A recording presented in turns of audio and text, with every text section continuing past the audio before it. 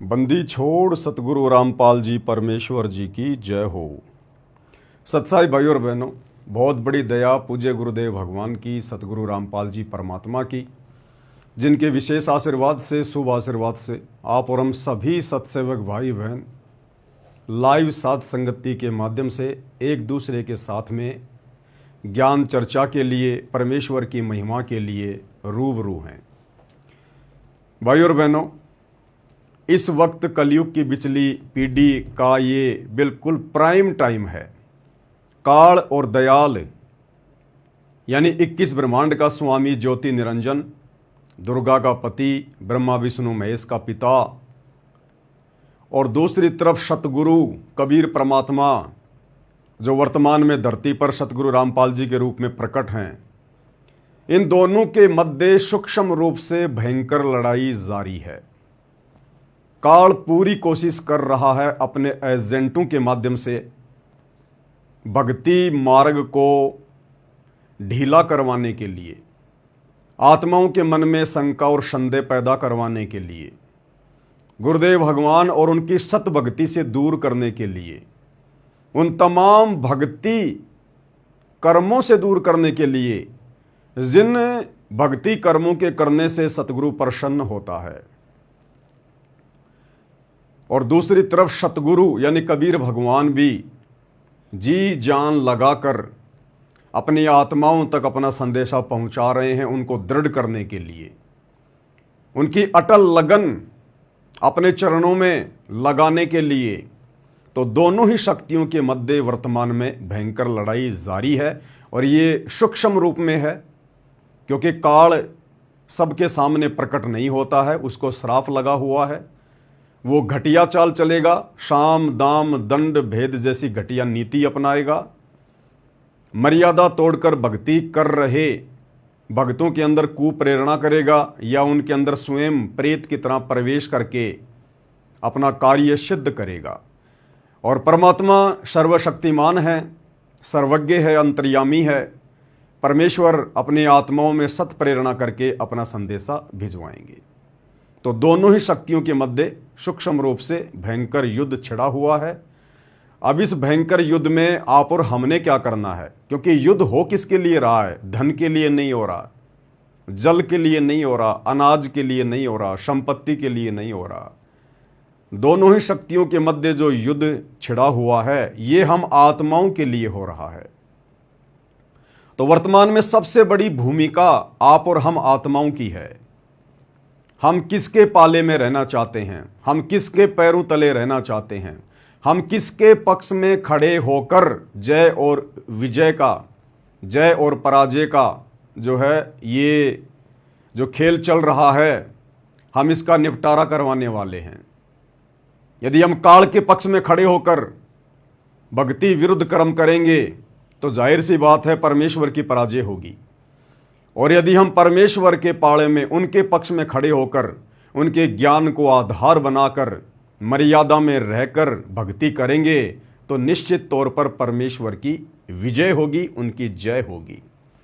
हालांकि परमात्मा सक्षम है, सर्वशक्तिमान है, जय और पराजय उनसे बहुत दूर होती हैं। वे चाहें तो एक क्षण में सृष्टि को नष्ट कर दें, एक क्षण में वापस वैसा ही बना दें।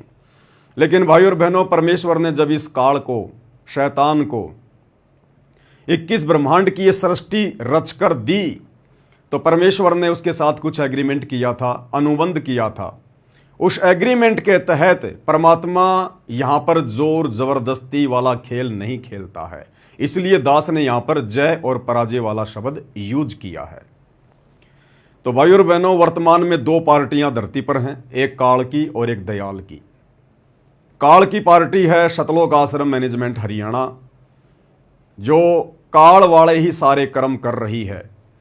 और दयाल की पार्टी है साध संगति, सत्सेवक भाई बहन, जो अपने गुरुदेव भगवान के ज्ञान को आधार बनाकर, उनको परमात्मा मानकर वर्तमान में अपनी भक्ति क्रियाएं कर रहे हैं।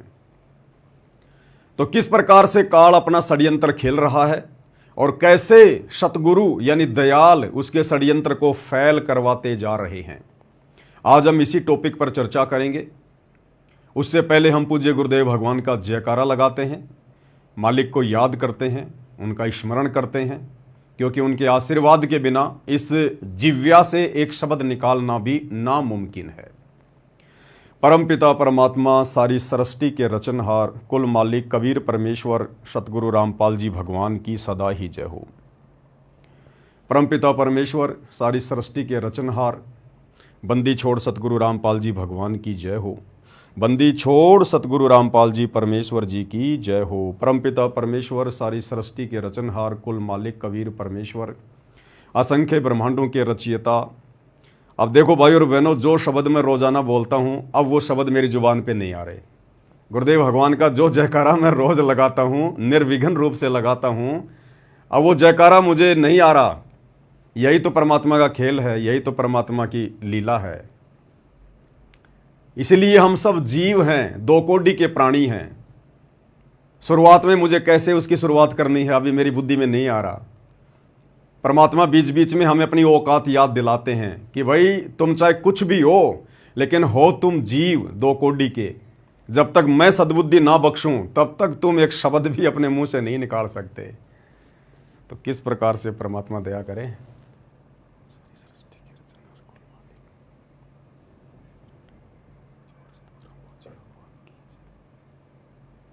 रियल में भाई और बहनों, गुरुदेव भगवान के चरणों की सौगंध खाकर दास कह रहा, कोई मजाक नहीं कर रहा। जो परमात्मा का जयकारा मैं आंख बंद करके बोल देता हूं, अब मेरी जुबान पे नहीं आ रहा, क्योंकि हम जीव हैं, हमारी कोई औकात नहीं है। हमारा रिमोट हमारे गुरुदेव भगवान के हाथ में है। वो जब चाहेंगे, जैसा चाहेंगे वैसा ही बुलवाएंगे, उतना ही बुलवाएंगे। एक बार दास को देखना पड़ेगा किस प्रकार से बोलते हैं। आज दोपहर में लाइव आए थे, उस वीडियो से थोड़ा सा आइडिया लगेगा एक बार। बंदी छोड़ सतगुरु रामपाल जी परमेश्वर जी की जय हो। सत्साई भाई और बहनों, छोटा सा लाइव है, छोटी सी सूचना है। आज 27 मई 2000 आ गया। बंदी छोड़ सतगुरु रामपाल जी भगवान की जय हो। परमपिता परमेश्वर सारी सृष्टि के रचनहार कुल मालिक असंख्य ब्रह्मांडों के रचयिता जगत गुरु तीनों लोकों में प्रवेश करके सबका भरण पोषण करने वाले राजाधिराज आत्माधार नाथों के नाथ देवों के देव महादेव सर्वेश्वर महेश्वर मृत्युंजय अजरो अमर आदि अनादि सनातनी प्रभु जगत पिता जगदीश्वर श्री श्री 1008 की उपाधि के वास्तविक अधिकारी अकाल मूर्त सौद स्वरूपी राम वासुदेव सर्वगतम ब्रह्म परम पूज्य प्रथम पूज्य परम संत परम पुरुष परम धनी परम दयालु सत्य कबीर हक्का कबीर अल्लाहु अकबर बाखबर अल्लाह ताला जगत के तारणहार जगत के मुक्तिदाता जगत के जगन्नाथ हारे के सहारे हिंदुओं के राम मुसलमानों के अल्लाह सिखों के वाहिगुरु ईसाइयों के मसीह दया के सागर दयानिधि करुणा के सागर करुणानिधि स्वयंभू परिभू संकट मोचन कष्ट हरण मंगल करण दुख भंजन अविगत कबीर निर्विकार निर्विषम परमात्मा अलय अलेख सतगुरु आदि अनादि सतगुरु असली मर्यादा पुरुषोत्तम असली राम असली कृष्ण असली घनश्याम असली मुरारी राजाओं के राजा महाराजाओं के महाराजा शहनशाहों के शहनशाह सम्राटों के सम्राट भगवानों के भगवान अल्लाहों के अल्लाह प्रभुओं के प्रभु मसीहाओं के मसीह सच्चे वाहिगुरु बाबाओं के बाबा पीरों के पीर सेठों के सेठ जगत सेठ सावड़सा सेठ सर्वगुण संपन्न अनंत कोटि कलाओं के स्वामी अनंत कोटि ब्रह्मांडों के नायक योगियों में महायोगी ध्यानियों में महाध्यानी सिद्धों में परम सिद्ध ज्ञानियों में तत्वज्ञानी ब्रह्म ज्ञानी महाज्ञानी परम ज्ञानी सर्वश्रेष्ठ ज्ञानी विज्ञानी युवा कबीर समर्थ कबीर ऐशमवात अमित ओजा सच्चे रहनुमा करीम अल्लाह सुभान अल्लाह दुनिया के अंतिम पैगंबर 8 सितंबर 1951 से गांव धनाना जिला सोनीपत हरियाणा भारतवर्ष की पावन भूमि पे प्रकट रियल कल की भगवान श्री नारायण साकार हरि श्री बाबा साहेब नूर अनंत परमात्मा सच्चे दरवेश सच्चे बाखबर संत शिरोमणि सतगुरु रामपाल जी परमेश्वर जी के चरण कमल में साध संगति से जुड़े हुए देश विदेश से आप और हम सभी सत्सेवक भाई बहनों का अनंत कोटि दंडवत प्रणाम। सत्साई भाई और बहनों, गुरुदेव भगवान के आशीर्वाद से वर्तमान में साध संगति में जो सेवा चल रही है, पांति पंच पहोप कर पूजा देव निरंजन और न दूजा, घर घर में परमेश्वर की आत्माओं के यहाँ पर गुरुदेव भगवान की आरती उतारने के लिए 5 दीपक वाली थाली भेजने की सेवा अनवरत जारी है। और परमेश्वर की आत्माएं अपने परमेश्वर को पहचान कर, गुरु को परमात्मा के रूप में मानकर उमड़ उमड़ कर थालियां मंगवा रही हैं।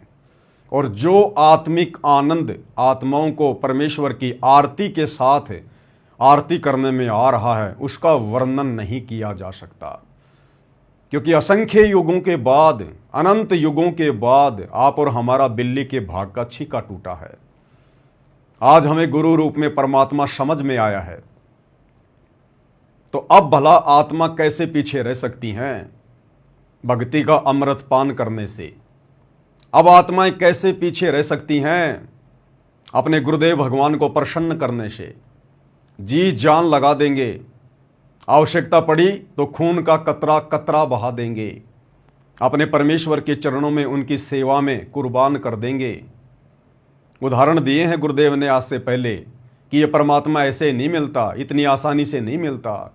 मंसूर जैसों ने खून का कतरा कतरा, शरीर का अंग अंग कटवाया इस परमात्मा की प्राप्ति के लिए। मीराबाई ने 600 साल पहले लड़की होकर समाज से वो संघर्ष किया जो संघर्ष शायद वर्तमान की कलयुग की बिचली पीढ़ी की 21वीं सदी की पढ़ी लिखी माता बहनें भी नहीं कर सकती। धना भगत, नरसी भगत, इन्होंने ऐसी ऐसी कुर्बानियां दी जो कुर्बानियां वर्तमान के लोग शायद ही दे पाए। तो भाई और बहनों, यदि वही परमात्मा आज हमें फिर से मिल जाए, आप और हमारे घर घर में पहुंच जाए, हमें अपनी शरण में ले ले और हमें वो ज्ञान करवा दे जिस ज्ञान को प्राप्त करने के लिए, जिस ज्ञान की तड़फ में ये आत्मा युगों युगों से भटक रही है, तो भला पीछे कौन रहेगा, पीछे कौन हटेगा? कोई मंदबुद्धि, कोई मूर्ख होगा। तो सत्सेवक भाई बहनों के ये सारी बातें समझ में आ चुकी हैं, भगवान समझ में आ चुका है। तो भाई हम आत्माएं अब पीछे हटने वाले नहीं हैं, पीठ दिखाने वाले नहीं हैं। हम हर वो भक्ति कर्म करेंगे जो जायज़ है, मर्यादाओं में है, और जो भक्ति कर्म गुरु को प्रसन्न करेगा, हमें उनकी मेहर और आशीर्वाद के लायक बनाएगा। तो अब हम पीछे कदम हटाने वाले नहीं हैं। और सत्सेवक भाई बहनों ने ये साबित कर दिया है कि अब हम किसी भी प्रकार से बिल्कुल पीछे हटने वाले नहीं हैं।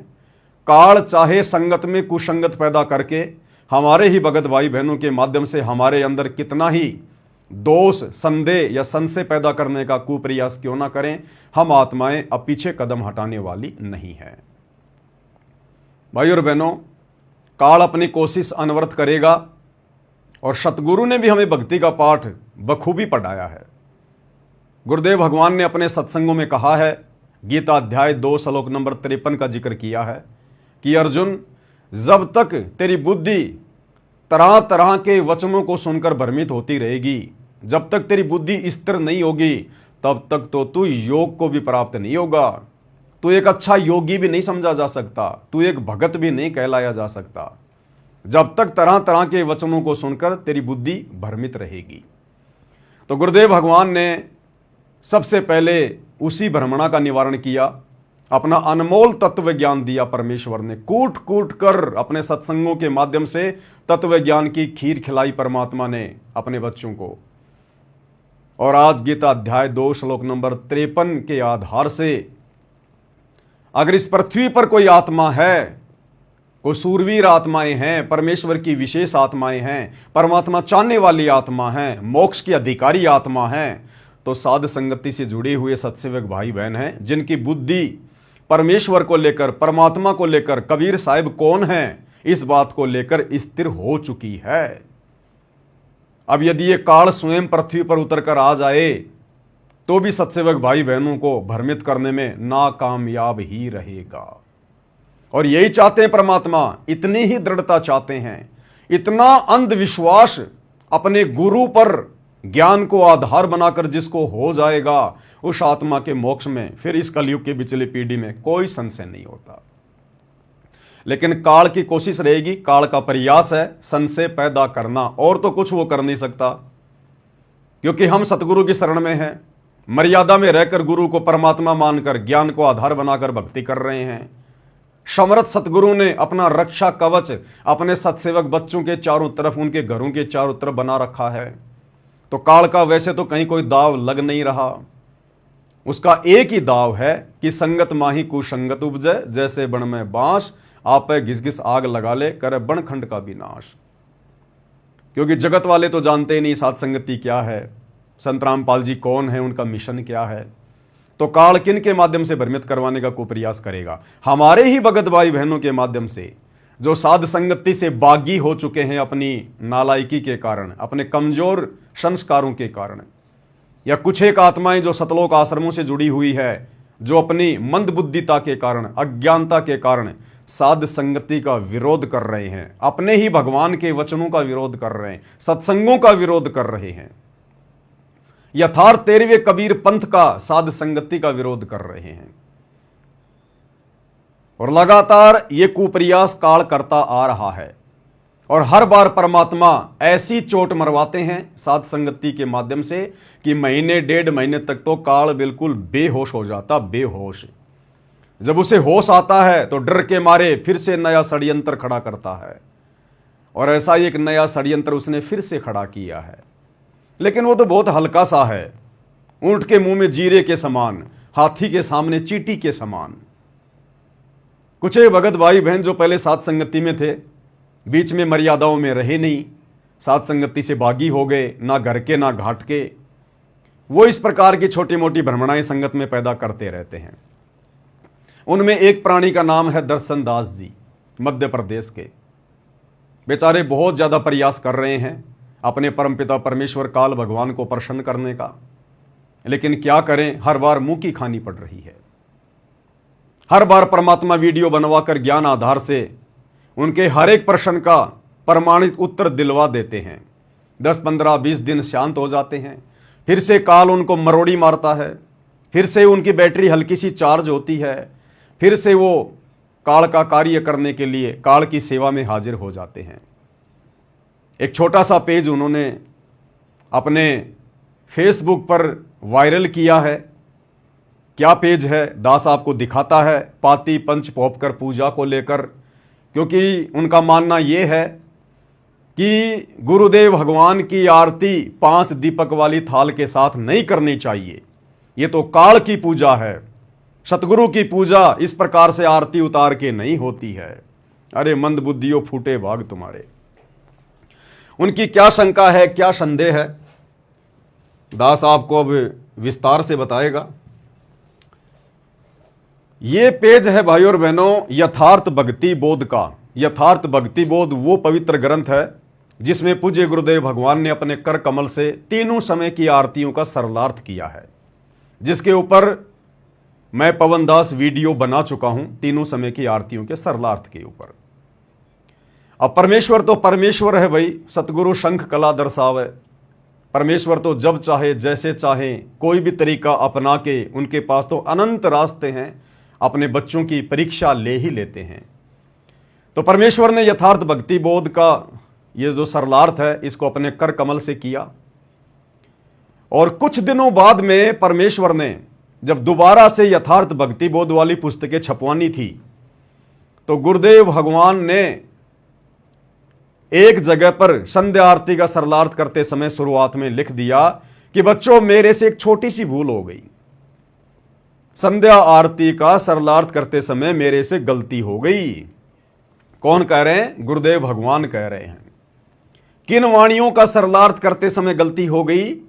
पाती पंच पोहप कर पूजा, देव निरंजन और न दूजा। इसी पर गलती होनी थी क्या? इसी बात को लेकर तो संगत में बवंडर मचा हुआ है। क्या यही वो वाणी थी जिसके ऊपर परमात्मा ने गलती करनी थी? परमात्मा गलती करते हैं या नहीं करते हैं, या परमात्मा के द्वारा जानबूझ के गलती करना उनकी लीला का, उनके मिशन का एक हिस्सा होता है? आज हम इसी टॉपिक पर चर्चा करेंगे। लेकिन जो विरोधी हैं, साध संगत के विरोधी हैं, जो काल प्रेरित हैं, मर्यादाओं में नहीं हैं, गुरु को मानुष मानते हैं, उन आत्माओं को एक मौका मिल गया इस पेज को लेकर अपना मुंह खोलने का। और क्या कुछ उन्होंने कहा इस पेज को वायरल करके, कि भाई ये पवन दास जिस प्रकार से सात संगति में वीडियो बना बना के सत्सेवक भाई बहनों से गुरुदेव भगवान को परमात्मा मनवाकर 5 दीपक वाली थाल के साथ उनकी आरती उतरवा रहा है, गुरुदेव ने तो मना कर दिया कि भाई ये तो विष्णु जी की आरती होती है इस प्रकार से 5 दीपक वाली थाल के साथ में, सतगुरु की नहीं होती। और देखो अब तो गुरुदेव ने बिल्कुल क्लियर कर दिया, स्पष्ट कर दिया कि बच्चों मेरे से तो गलती हो गई, मेरे से तो भूल हो गई उन वाणियों का अनुवाद करने में, मैं भूल सुधार करके फिर से लिख रहा हूं कि पाती का अर्थ बाती नहीं होता, पतियां होता है, पतियां। और इसी बात को लेकर साध संगति से विमुख भाई बहन जोर शोर से नगाड़े बजा रहे हैं कि पाती का मतलब पतियां होती हैं, पतियां बतियां नहीं होती। तो एक बार भाई बहनों आपको दिखा देते हैं कहां परमेश्वर से गलती हुई है, कहां परमात्मा से भूल हुई है। ये संध्या आरती का सरलार्थ पेज नंबर है ये 165, यथार्थ भक्ति बोध, और वाणी है पहली आरती हरि दरबारे, तेज पुंज जहां प्राण उधारे, पाती पंच पोहप कर पूजा और देव निरंजन और न दूजा। ये है पाती पंच पोहप कर पूजा और देव निरंजन और न दूजा। बहुत गहरा रहस्य है भाइयों और बहनों। इस वाणी के माध्यम से परमात्मा ने परमात्मा चाहने वाली आत्माओं की परीक्षा लेनी थी, और सत्सेवक भाई बहन तो निसंदेह परीक्षा में पास होते जा रहे हैं, मन में कोई शंका नहीं, कोई संदेह नहीं। और जो विरोधी हैं उनको काल प्रेरणा से मौका मिल रहा है अपने कर्म फोड़ने का। तो आगे चलकर गुरुदेव भगवान ने इन वाणियों का क्या सरलार्थ किया है ये देखिएगा भाई और बहनों। यहां पर गुरुदेव ने क्या लिखा है, कुछ सरलार्थ करता आरती नंबर 1 की वाणी नंबर 2 का सरलार्थ इस प्रकार से करते हैं। आरती नंबर 1 की वाणी नंबर 2 कौन सी है भाई और बहनों, यही ये आरती नंबर 1 की वाणी नंबर 2, पाती पंच पोहप कर पूजा देव निरंजन और न दूजा। तो गुरुदेव ने भूल सुधार करते हुए इन लोगों के अनुसार क्या कहा है, कुछ सरलार्थ करता आरती नंबर 1 की वाणी नंबर 2 का सरलार्थ इस प्रकार से करते हैं, जो गलत है। आरती करते समय आम तौर पर 5 ज्योति जलाते हैं। कहा है कि यह आरती 5 पातियों, कोष्टक में क्या लिखा है, बतियों से, पुष्प आदि से परमेश्वर की पूजा करें। तो गुरुदेव ने भूल सुधार करते हुए इन लोगों के अनुसार इस यथार्थ भक्ति बोध के सरलार्थ में जो बाद में छपवाई गई उसमें स्पष्ट कर दिया है कि ये मेरे वचन नहीं है। पातियों का अर्थ कोष्टक में जो बत्तियां लिखा है ना, ये मेरे से गलती हो गई थी, मैंने गलती से पाती के आगे कोष्टक में बत्ती लिख दिया, ये मैंने नहीं लिखना चाहिए था। बच्चों में भूल सुधार करके आगे लिख रहा हूं। देव निरंजन अर्थात माया रहित परमात्मा एक ही है, कोई अन्य नहीं है। अब आगे देखिए, इस आरती नंबर 1 की वाणी नंबर 2 का यथार्थ सरलार्थ इस प्रकार है। अब गुरुदेव कह रहे हैं मैं आपको इसका यथार्थ सरलार्थ बता रहा हूं। इस वाणी में पाती पंच लिखा है, जिसका अर्थ है कि 5 पतियों और पोहप यानी फूलों से पूजा करें, करते हैं। यह विष्णु जी की पूजा है। किसकी पूजा है, विष्णु जी की। अब यह नहीं लिखा कि यह काल के पुत्र विष्णु जी की पूजा है, या दुर्गा के पुत्र विष्णु जी की पूजा है, या किसी त्रिलोकीय विष्णु की पूजा है, यह नहीं लिखा गुरु जी ने। भाई विष्णु नाम तो हमारे परमात्मा का है, कबीर देव का है। अग्ने तनुरसी विष्णवे तवा सोमस्य तनुरसी, कबीर अंगारी असी बम भारी असी सवर ज्योति रित धामासी।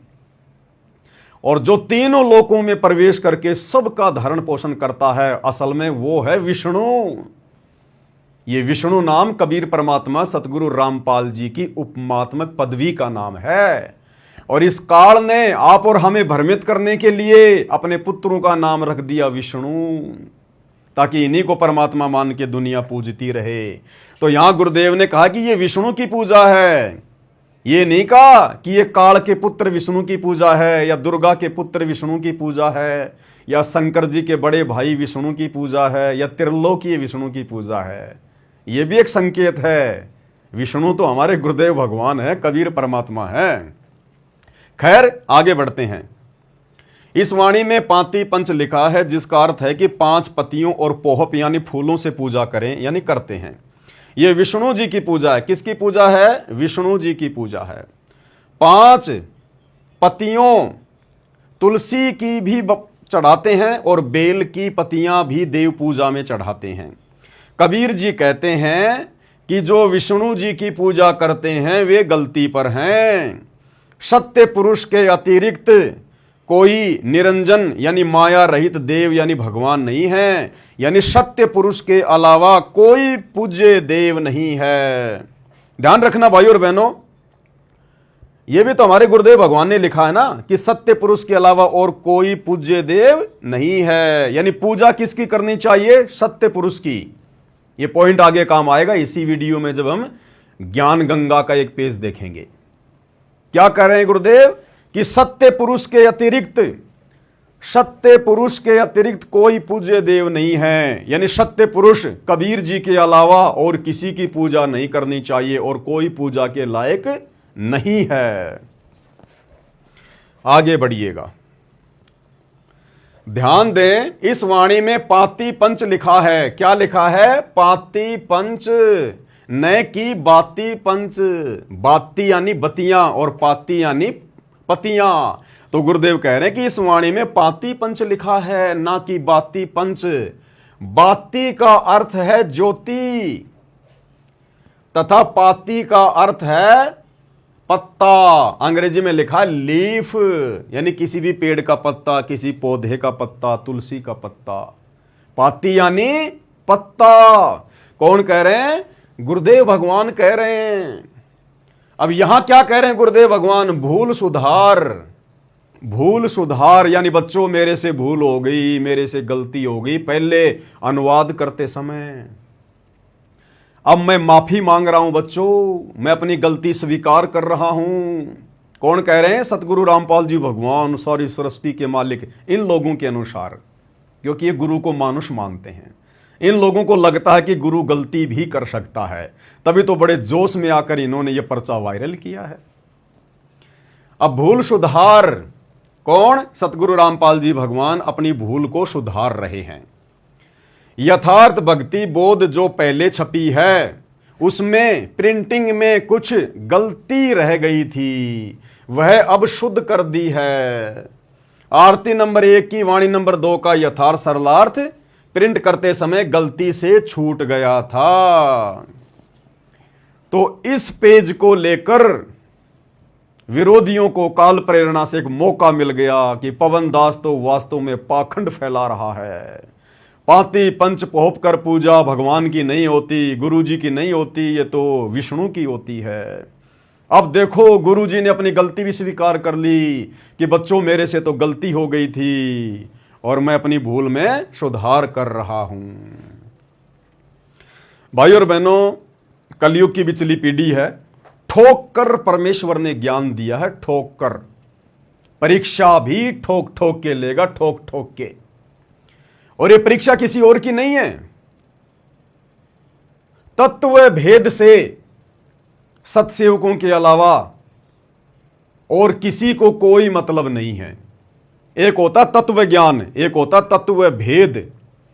और परमात्मा कहते हैं तत्व भेद एक न्यारा रे साधो भाई, तत्व भेद एक न्यारा। तत्व ज्ञान से अलग होता तत्व भेद। जैसे दूध, और दूध से भिन्न होता है घी। निकलता दूध से ही है, लेकिन उसकी प्रोसीजर है, उसको मथना पड़ता है, रगड़ना पड़ता है, मेहनत करनी पड़ती है, तब जाकर दूध से मक्खन निकलता, घी निकलता है। इसी प्रकार गुरुदेव ने हमें जो ये तत्व ज्ञान दिया है, इस तत्व ज्ञान पे जब हम डिस्कस करेंगे, चिंतन मनन करेंगे, विचार करेंगे, थोड़ा दिमाग पे जोर लगाएंगे, फिर वो तत्व भेद निकल के आएगा, तत्व भेद। और वो तत्व भेद ऐसे नहीं निकल सकता, ऐसे कोई निकाल नहीं सकता जब तक स्वयं सतगुरु का आशीर्वाद ना हो। तो क्या कहते हैं परमात्मा, कौन निकाल पाएगा वो तत्व भेद मेरे तत्व ज्ञान से, मेरे सत्संगों से। तत्व भेद एक न्यारा रे साधो भाई, तत्व भेद एक न्यारा, समझेगा कोई गुरुमुख प्यारा, तत्व भेद एक न्यारा। गुरुमुख प्यारा, उन आत्माओं पे दया होती है तत्व भेद समझने की। गुरुमुख प्यारा, अब गुरुमुख प्यारा कौन होगा? जो अपने गुरु जी के साथ साथ अपने दरबार में दाढ़ी मूंछ वाले नकली कबीर की फोटो को भी पूजेगा, दंडोत करेगा, उसके आगे जोत जलाएगा, उसका कबीर प्रकट दिवस मनाएगा जून के महीने में, गले में लॉकेट में दाढ़ी मूंछ वाली कबीर जी के नकली फोटो टांग के रखेगा। वो गुरुमुख प्यारा नहीं होता, वो पतिव्रता आत्मा नहीं होती, वो सतगुरु की प्यारी आत्मा नहीं होती, जो दो नाव की सवारी कर रही है, जो दो दो भगवान मान रही है। गुरुमुख प्यारी आत्मा होती है अपने गुरु को परमात्मा मान के मर्यादा में रह के भक्ति करने वाली आत्मा। तो यह तत्व भेद समझने की दया वर्तमान में केवल सत्सेवक भाई बहनों के ऊपर हुई है। तो परमेश्वर परीक्षा भी ठोक बजा के लेगा, और यह परीक्षा केवल वर्तमान में सत्सेवकों की थोड़ी बहुत बाकी है, बाकी तो सबकी हो चुकी है। शतलोक आश्रमों से जुड़ी हुई 90% संगत तो परीक्षा देने के लायक है ही नहीं। परमात्मा लेंगे क्या उनकी परीक्षा?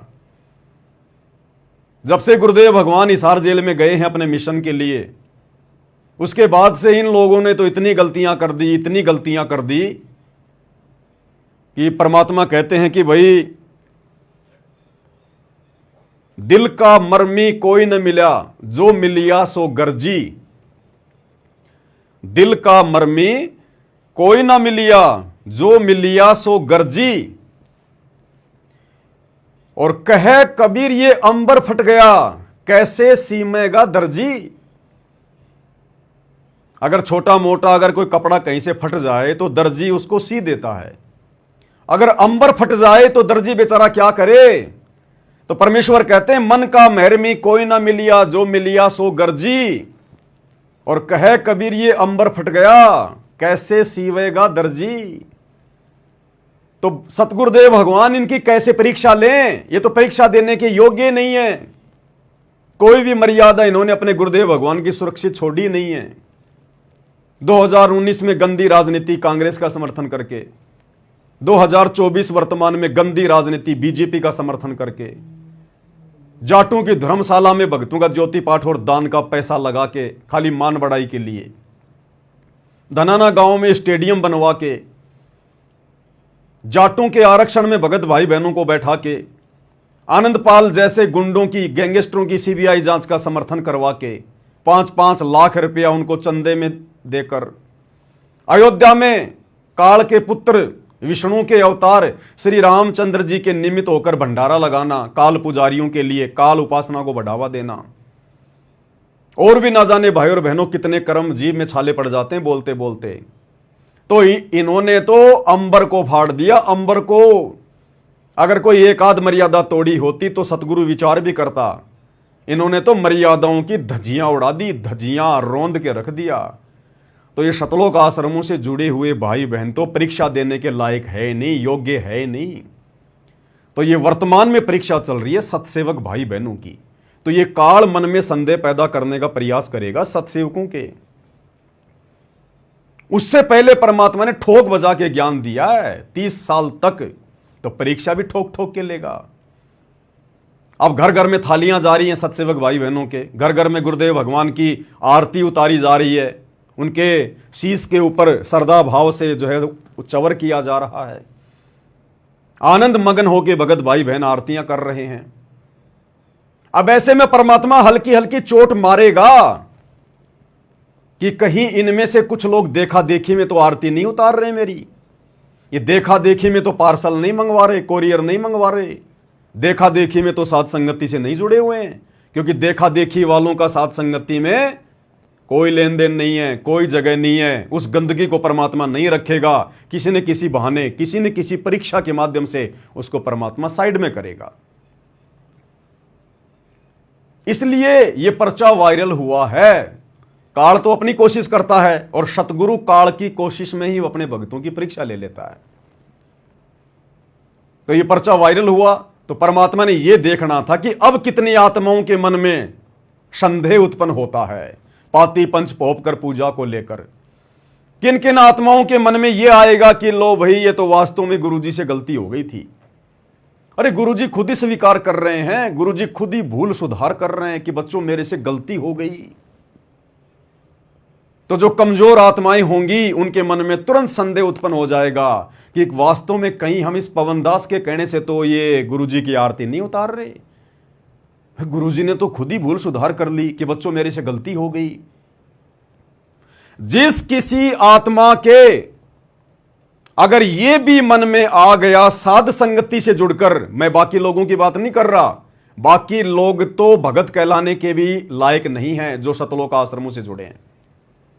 यहां बात चल रही है परमात्मा की चुनिंदा आत्माओं की, विशेष आत्माओं की, हंस आत्माओं की, जिनकी ट्रेनिंग चल रही है साध संगति में। क्योंकि यहां हमारी रिहर्सल होगी कि गुरु के ऊपर हमें कितना विश्वास है, हम कितने ज्ञान आधारी हैं, हमारे अंदर कितनी दृढ़ता है। यहां हमारी रिहर्सल चल रही है उस त्रिकुटी वाली ओरिजिनल परीक्षा के लिए। तो जो कचरा होगा उसको परमात्मा यही फेल कर देगा। तो अपने गुरुदेव भगवान को लेकर जो उन्होंने लिखा है कि बच्चों मेरे से भूल हो गई, उन्होंने भूल सुधार करके लिखा है।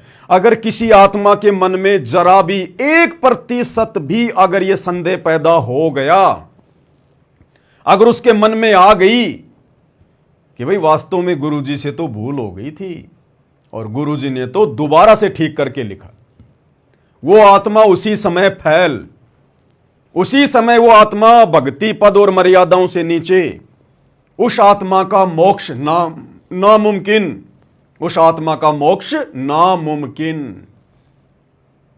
जिसके अंदर, जिसके हृदय में अगर इतना सा भी भाव आ गया इस पेज को पढ़कर कि वास्तव में गुरुजी से तो गलती हो गई थी और गुरुजी ने तो दोबारा से भूल सुधार करके लिखा है, अगर किसी ने इतना सा भी मान लिया कि गुरुजी से गलती हुई है, वो आत्मा भक्ति मार्ग से कोसों दूर।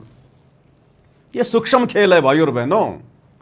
सतगुरु का और शिष्य का विश्वास रूपी कच्चे धागे से आपस में जोड़ होता है, कच्चे धागे की तरह रिश्ता होता है गुरु और शिष्य का। अगर मन में जरा भी मलिनता आ गई, जरा भी दोष आ गया किसी भी पॉइंट पे, किसी भी बात को लेकर, किसी के भी कहने से, उसी समय हम भक्ति पद और मर्यादाओं से नीचे गिर जाते हैं। यह सूक्ष्म खेल है। यह कनेक्शन और यह डिस्कनेक्शन ऑटोमेटिक होता है, ऑटोमेटिक। तो यह हमारी परीक्षा के लिए कि भक्तों के मन में क्या संदेह उत्पन्न होता है, यह हम सत्सेवक भाई बहनों की परीक्षा के लिए परमेश्वर ने अपनी लीला के तहत जानबूझकर गलती करने की लीला की। गलती शब्द परमात्मा के नजदीक भी नहीं होता है। अरे वो भगवान जिसने 6 दिन में सृष्टि रची, 7वें दिन तख्त पे जा बैठा। जब भगवान सृष्टि रच रहा था तो बाइबल में लिखा कि पहले दिन भगवान ने ये बनाया, वो बनाया, सांझ हुई, परमेश्वर ने देखा बहुत अच्छा, बहुत अच्छा। ये नहीं कहा कि मेरे से गलती हो गई। दूसरा दिन हुआ, परमेश्वर ने ये बनाया, वो बनाया, फिर कहा, सबको देखा और कहा बहुत अच्छा, बहुत अच्छा। दूसरे दिन ये नहीं कहा कि मेरे से गलती हो गई। इस प्रकार 6 दिन में परमात्मा ने सृष्टि रची इस काल की 21 ब्रह्मांड वाली, और 7वें दिन वापस सतलोक में अपने तख्त पे जा विराजा। कोई गलती नहीं हुई परमात्मा से। गलती शब्द परमेश्वर की डिक्शनरी में भी नहीं होता। लेकिन आप और हमारी परीक्षा के लिए परमात्मा कुछ भी गलती करने की लीला कर सकते हैं, कुछ भी। जिस प्रकार परमेश्वर के विधान में नहीं है कि अपने गुरु जी के सिर पे जूते मारो। गुरु कभी नहीं कहेगा कि गुरु के सिर पे जूते मारने चाहिए। लेकिन अपने भक्तों की परीक्षा लेने के लिए परमात्मा ने एक समय, हमें गुरुदेव सत्संग में भी तो बार बार बताते हैं ना कि एक संत था। वो संत कौन था? यही सतगुरु रामपाल जी भगवान, यही कबीर भगवान। अनंत बार परमात्मा ना जाने कैसी कैसी लीला करते हैं। तो कभी किसी युग में यही कबीर परमात्मा सतगुरु रामपाल जी अपने भक्तों की परीक्षा ले रहे थे। खूब ज्ञान दिया उनको काफी वर्षों तक। और एक दिन वहां गए उन सबके सामने और बताया कि भाई गुरु जी की तरफ उंगली भी नहीं करनी चाहिए। अगर उंगली भी कर दी उस पाप आत्मा का सारा भक्ति नष्ट हो जाता है। और गुरु की आज्ञा में चलना चाहिए। भाई जो गुरु वचन पे डट गए कट गए फंद 84 के। गुरु की अवज्ञा नहीं करनी चाहिए। गुरु अगर कहे कि बच्चों अपना शीश काट के दे दो तो काट के गुरु के चरणों में चढ़ा देना चाहिए। वही आत्मा मोक्ष प्राप्त करती है। हाँ जी गुरु जी, बहुत अच्छी बात गुरु जी, बिल्कुल ऐसा ही गुरु जी। तुरंत बाद परमात्मा ने जो संत रूप में थे अपने उन शिष्यों को आदेश दिया कि अब मेरा आदेश है। पहले तो आदेश के बारे में बता दिया कि गुरु का आदेश मानना चाहिए। जो गुरु की आज्ञा नहीं मानता वो नरक में जाता है। फिर तुरंत परमेश्वर ने कहा कि अब मेरी आज्ञा है, अपने अपने पैर का जूता निकालो और मेरे सर में 5-5 मारो, अपने भक्तों की परीक्षा लेने के लिए। जबकि उनके विधान में, संविधान में कहीं नहीं है कि एक शिष्य ने अपने गुरुजी के सर में जूते मारने की सोचनी भी चाहिए। मारना तो बहुत दूर की बात है, लेकिन परीक्षा लेने के लिए परमात्मा ने बोल दिया, लिख दिया या बोल दिया, बात एक ही है। इसी प्रकार ये आप और हम भगत भाई बहनों की परीक्षा के लिए कि ये खाली देखा देखी में पांति पंच पौप कर पूजा, सुबह और शाम की आरती में 5 दीपक के साथ मेरी आरती उतार रहे हैं, या कुछ ज्ञान आधार से मन में इनके श्रद्धा भी है, दृढ़ता भी है या नहीं है, या खाली देखा देखी में ही। तो ये उन भगत भाई बहनों की परीक्षा थी जो कमजोर आत्माएं होंगी, जो देखा देखी में आरती कर रही होंगी। उनके मन में अगर इस प्रकार का दोष उत्पन्न हुआ, किसी के भी मन में, भाई 100 बार नाक रगड़ के रो रो के दरबार साहिब के सामने गुरुजी से माफी मांगना शुरू कर देना। अब ये परमेश्वर के ऊपर है, वो माफ करे ना करे। भाई अगर जरा भी किसी में संदेह उत्पन्न हुआ है तो ये हमारी परीक्षा के लिए। अरे भगवान अगर गलती करेगा तो सृष्टि कौन चलाएगा? कैसे चल सकती है सृष्टि? अगर सतगुरु रामपाल जी भगवान संध्या आरती का सरलार्थ करते समय अगर गलती कर रहे हैं तो क्या गारंटी है कि 30 साल से उन्होंने जो हजारों की संख्या में सत्संग किए हैं उनमें गलती नहीं होगी? जब एक गलती हो सकती है तो 2 भी हो सकती है, 3 भी हो सकती है। क्या गारंटी है कि उनकी पुस्तकों में कहीं कोई गलती नहीं होगी? और क्या गारंटी है कि सतगुरु रामपाल जी आगे सत्संगों में कोई गलती ना करें? अगर उन्होंने शुरू में गलती अगर वो की है तो भाई और बहनों, ये तो सोचना भी मत कभी सौपन में भी कि गुरुजी से गलती हो गई होगी। इस गलती शब्द को जो हमारे गुरुजी के साथ में जुड़ा है, आग लगा देना, इसको काट के फेंक देना, इसको गलती शब्द को, भूल शब्द को।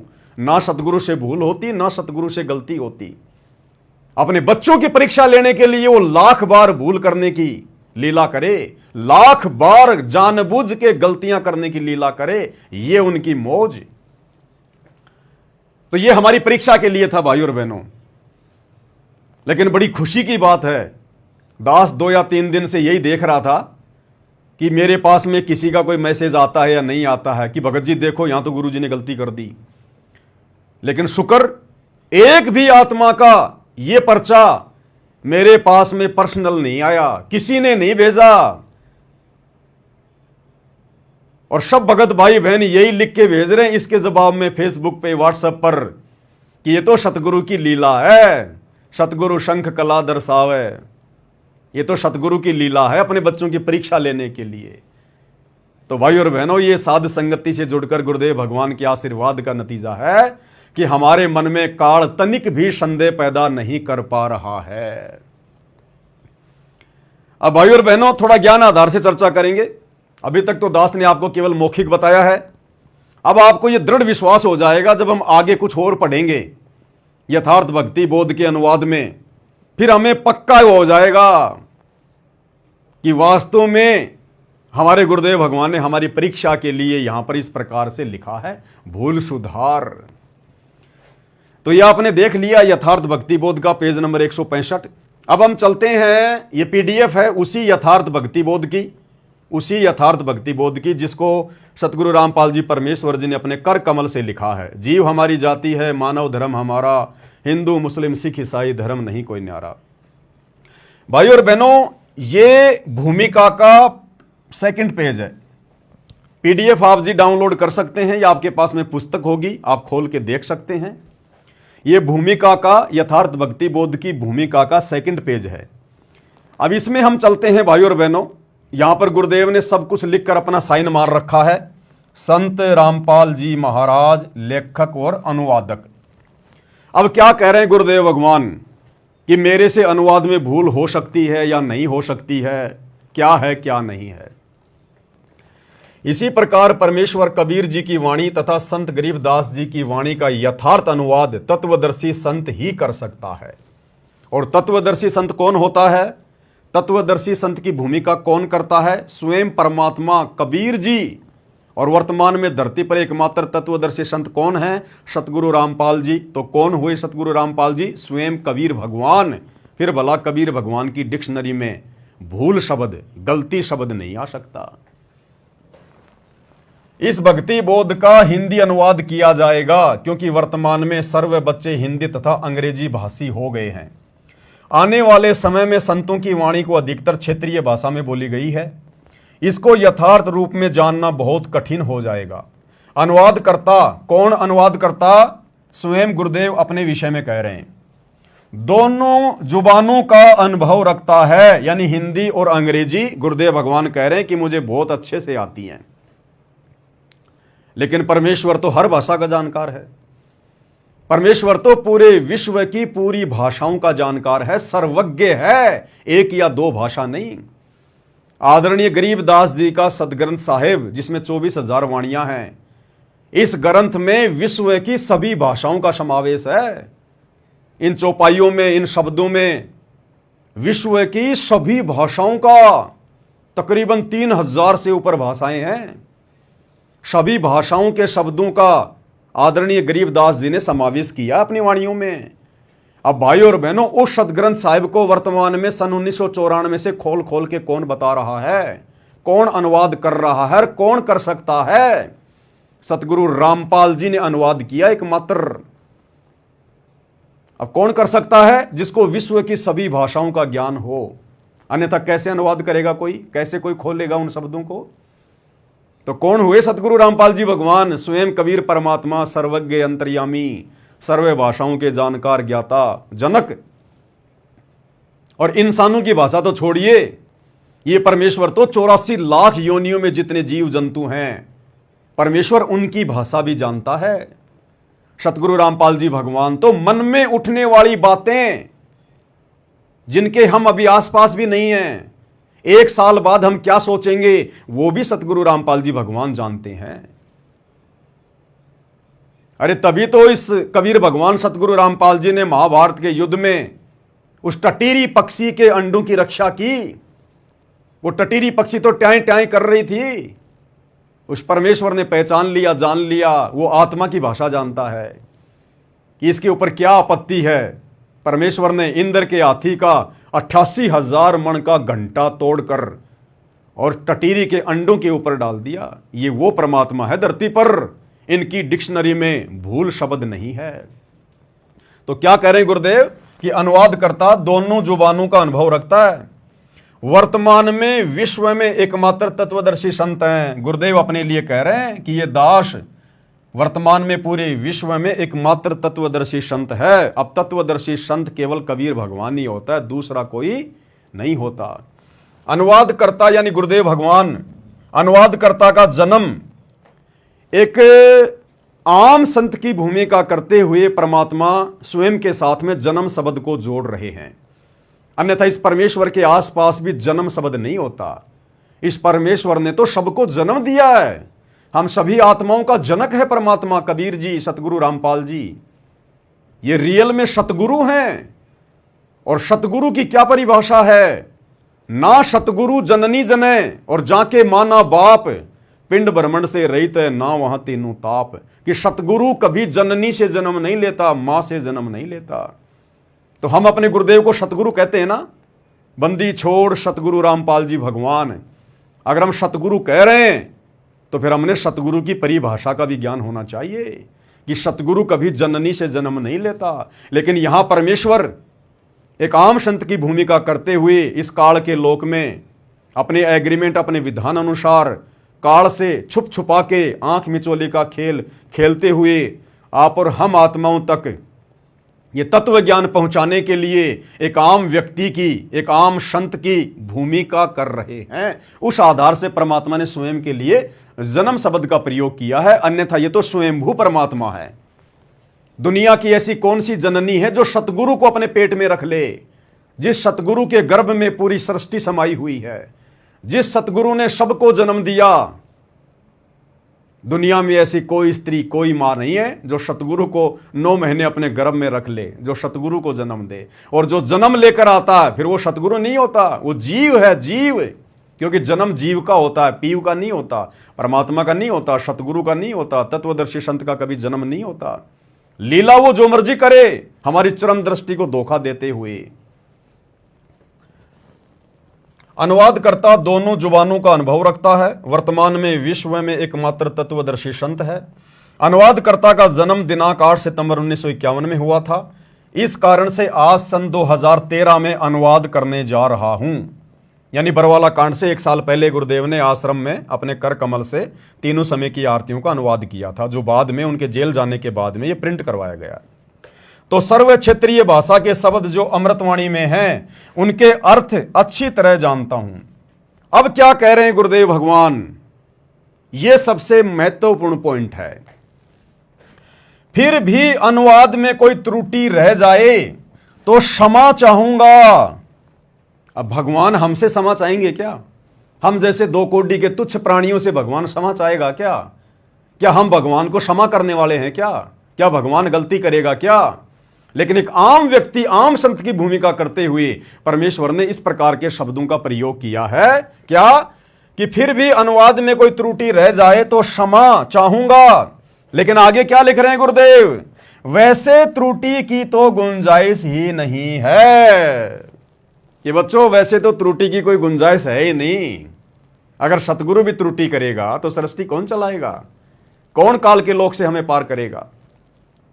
तो लास्ट में गुरुदेव करेंगे, बच्चों वैसे तो त्रुटि की कोई गुंजाइश है ही नहीं। जब सतगुरु ने कह दिया कि त्रुटि की कोई गुंजाइश है ही नहीं, तो भगत ने शौपन में सोचना ही नहीं चाहिए कि मेरे गुरुदेव कोई गलती कर सकते हैं।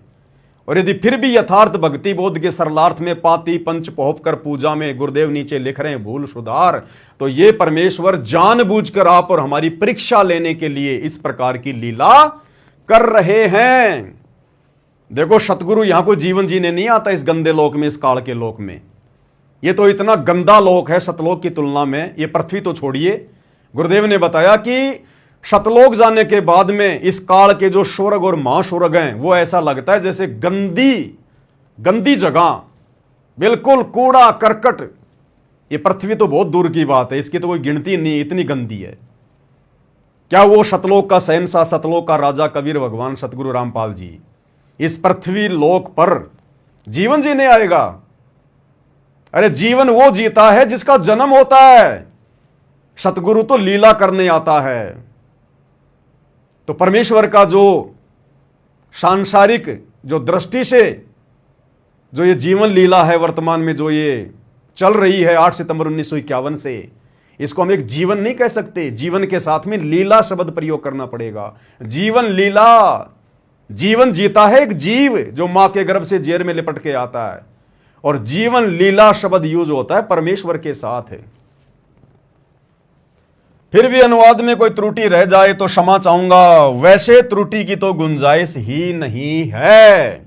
अब नहीं है तो नहीं है। फिर नीचे संत रामपाल जी महाराज लेखक और अनुवाद करता क्लियर कर दिया गुरुदेव भगवान ने। ये आप और हम सत्सेवक भाई बहनों के लिए है।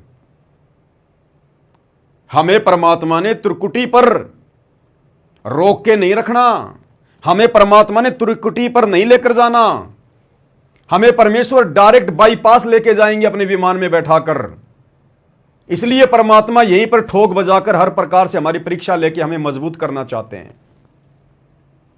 त्रिकुटी पर परमात्मा केवल अपने उन्हीं भक्तों को लेकर जाएगा जो यहां पर परमेश्वर की परीक्षा में पास नहीं होंगे, जो गुरु को परमात्मा मान के भक्ति नहीं करेंगे, जो मर्यादाओं में नहीं रहेंगे, क्योंकि उन्होंने फिर किसी न किसी बहाने से उन आत्माओं को त्रिकुटी पर फैल करना है। और जो आत्मा यहीं पर हर प्रकार से उनकी परीक्षा में पास हो रही हैं, गुरु को भगवान मान के भक्ति कर रही हैं, उनको त्रिकुटी पर ले जाने की क्या जरूरत है? सतगुरु ने तो यही चेक कर लिया उनको। जो यहां पर डगमग नहीं हो रहे, जो यहां किसी के डगमग करने से डगमग नहीं हो रहे, जिन्होंने यहीं पर अपने गुरु को परमात्मा के रूप में जान लिया, पहचान लिया, परमेश्वर मान लिया, उनको त्रिकुटी पर ले जाकर क्या करेगा परमात्मा? उन आत्माओं के लिए परमात्मा कहते हैं, तुम कर दो पल में पार हो जा रजा थारी। बाईपास निकालेगा परमात्मा। जैसे हर शहर के बाहर एक बाईपास होता है, जो लंबे रूट की बसें होती है ना, वो बाईपास निकल जाती हैं, शहर के अंदर धक्के नहीं खाती, ट्रैफिक में नहीं फंसती, वो बाईपास निकल जाती हैं। इसी प्रकार हम इस त्रिकुटी पर धक्के नहीं खाएंगे, हमें परमात्मा यहीं पर ठोक बजाकर इतना तैयार कर देंगे। और वो तो अंतर्यामी है, उनको तो पता है कि कौन त्रिकुटी पर फेल होगा, कौन त्रिकुटी पे पास होगा। तो परमेश्वर यहीं से हमारे को बाईपास और डायरेक्ट सतलोक में बैठा देंगे, पता भी नहीं चलेगा काल को आत्मा गई कौन से रास्ते से।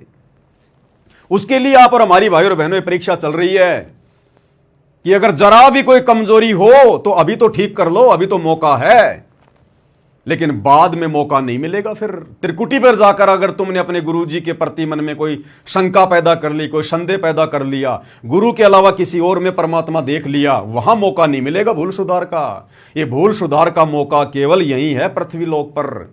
इसलिए परमेश्वर आप और हम सत्सेवक भाई बहनों को दृढ़ कर रहे हैं। तो हो गया क्लियर, जिसमें गुरुदेव ने कह दिया कि वैसे त्रुटि की तो कोई गुंजाइश ही नहीं है। फिर भला वहां परमात्मा कैसे त्रुटि करेंगे, कैसे लिखेंगे भूल सुधार कि मेरे से तो इस वाणी में भूल हो गई। तो ये हमारी परीक्षा थी भाई और बहनों। अब आगे चलिए भाई और बहनों, इसी यथार्थ भक्ति बोध के सरलार्थ का, संध्या आरती के सरलार्थ का पेज नंबर 165, पेज नंबर 165 है। अब जो भाई बहन ये कह रहे हैं कि गुरुजी ने यहां पर भूल सुधार करके लिख दिया, वही पाती का अर्थ बाती नहीं होता, पाती का अर्थ तो पत्तियां होता है, चाहे बेल की पत्ती हो, चाहे तुलसी की पत्ती हो, किसी पेड़ की पत्ती हो।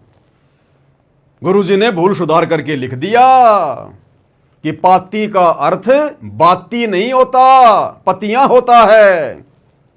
तो उन भगत भाई बहनों से मेरी प्रार्थना है, गुरुजी के पास में एक छोटा सा संदेशा और पहुंचा दो, अपने कोऑर्डिनेटरों के माध्यम से गुरुजी के पास हिसार जेल में प्रार्थना पहुंचा दो जल्दी से जल्दी कि गुरुजी आपने तो एक और गलती कर रखी है, आपने वहां तो भूल सुधार करके लिखा ही नहीं, आपने शुरू में तो लिख दिया भूल सुधार, लेकिन गुरुजी आपने तो संध्या आरती के सरलार्थ करने में एक जगह और गलती कर दी, एक जगह और आपने पाती के आगे कोष्टक में लिख दिया बाती, जबकि गुरुजी आपने तो पाती के आगे जो है पत्तियां लिखनी थी, लेकिन आपने तो गलती से बाती लिख दिया।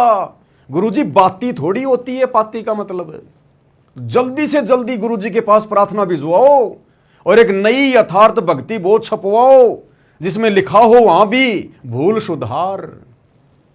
तो ये यथार्थ भक्ति बोध का पेज नंबर 165 उन मंद बुद्धि अंध भक्तों की आंखें खोलने के लिए जो बार बार इसी बात पे जोर दे रहे हैं कि पाती का अर्थ होता है पत्तियां, बाती नहीं होता। तो यहां गुरुदेव भगवान ने तुम्हारे अनुसार ये गलती और कर रखी है भाई। ये यथार्थ भक्ति बोध पेज नंबर 165 और ये वाणी देखिए भाई और बहनों, आपे आरती आपे साजय, आपे किंगर आपे बाजय, आपे ताल झांझ झनकारा, आप नचे आप देखन हारा। अब ये वाणी ध्यान से पढ़ो तीसरी, आपे दीपक आपे बाती और आपे पुष्प आप ही पाती। कहे कबीर ऐसी आरती गाऊं, आपा मध्य आप समाऊं। आपे दीपक आपे बाती और आपे पुष्प और आप ही पाती। ये पाती शब्द है यहां पर, गुरुदेव ने क्या लिखा है वाणी में, पाती। अब इसका अनुवाद करते समय गुरुदेव ने पाती के आगे कोष्टक में बाती लिखा है, फूल की पत्तियां नहीं लिखा। तो भाई और बहनों जल्दी से गुरुजी के पास में प्रार्थना पहुंचाओ कि गुरुजी आपने तो एक गलती और कर रखी है। पवन दास ने वीडियो बनाते समय हमें दिखा दिया। गुरुजी आप अब की बार फिर से मैनेजमेंट को आदेश दो कि भाई नई भक्ति बोध छपवाओ दोबारा से, और वहां भी लिखो कि मेरे से गलती हो गई, भूल हो गई, क्योंकि तुम्हारे अनुसार तो पाती का अर्थ होता है पत्तियां और गुरुदेव ने यहां पर पाती का अर्थ कर दिया बाती। देखिए कैसे,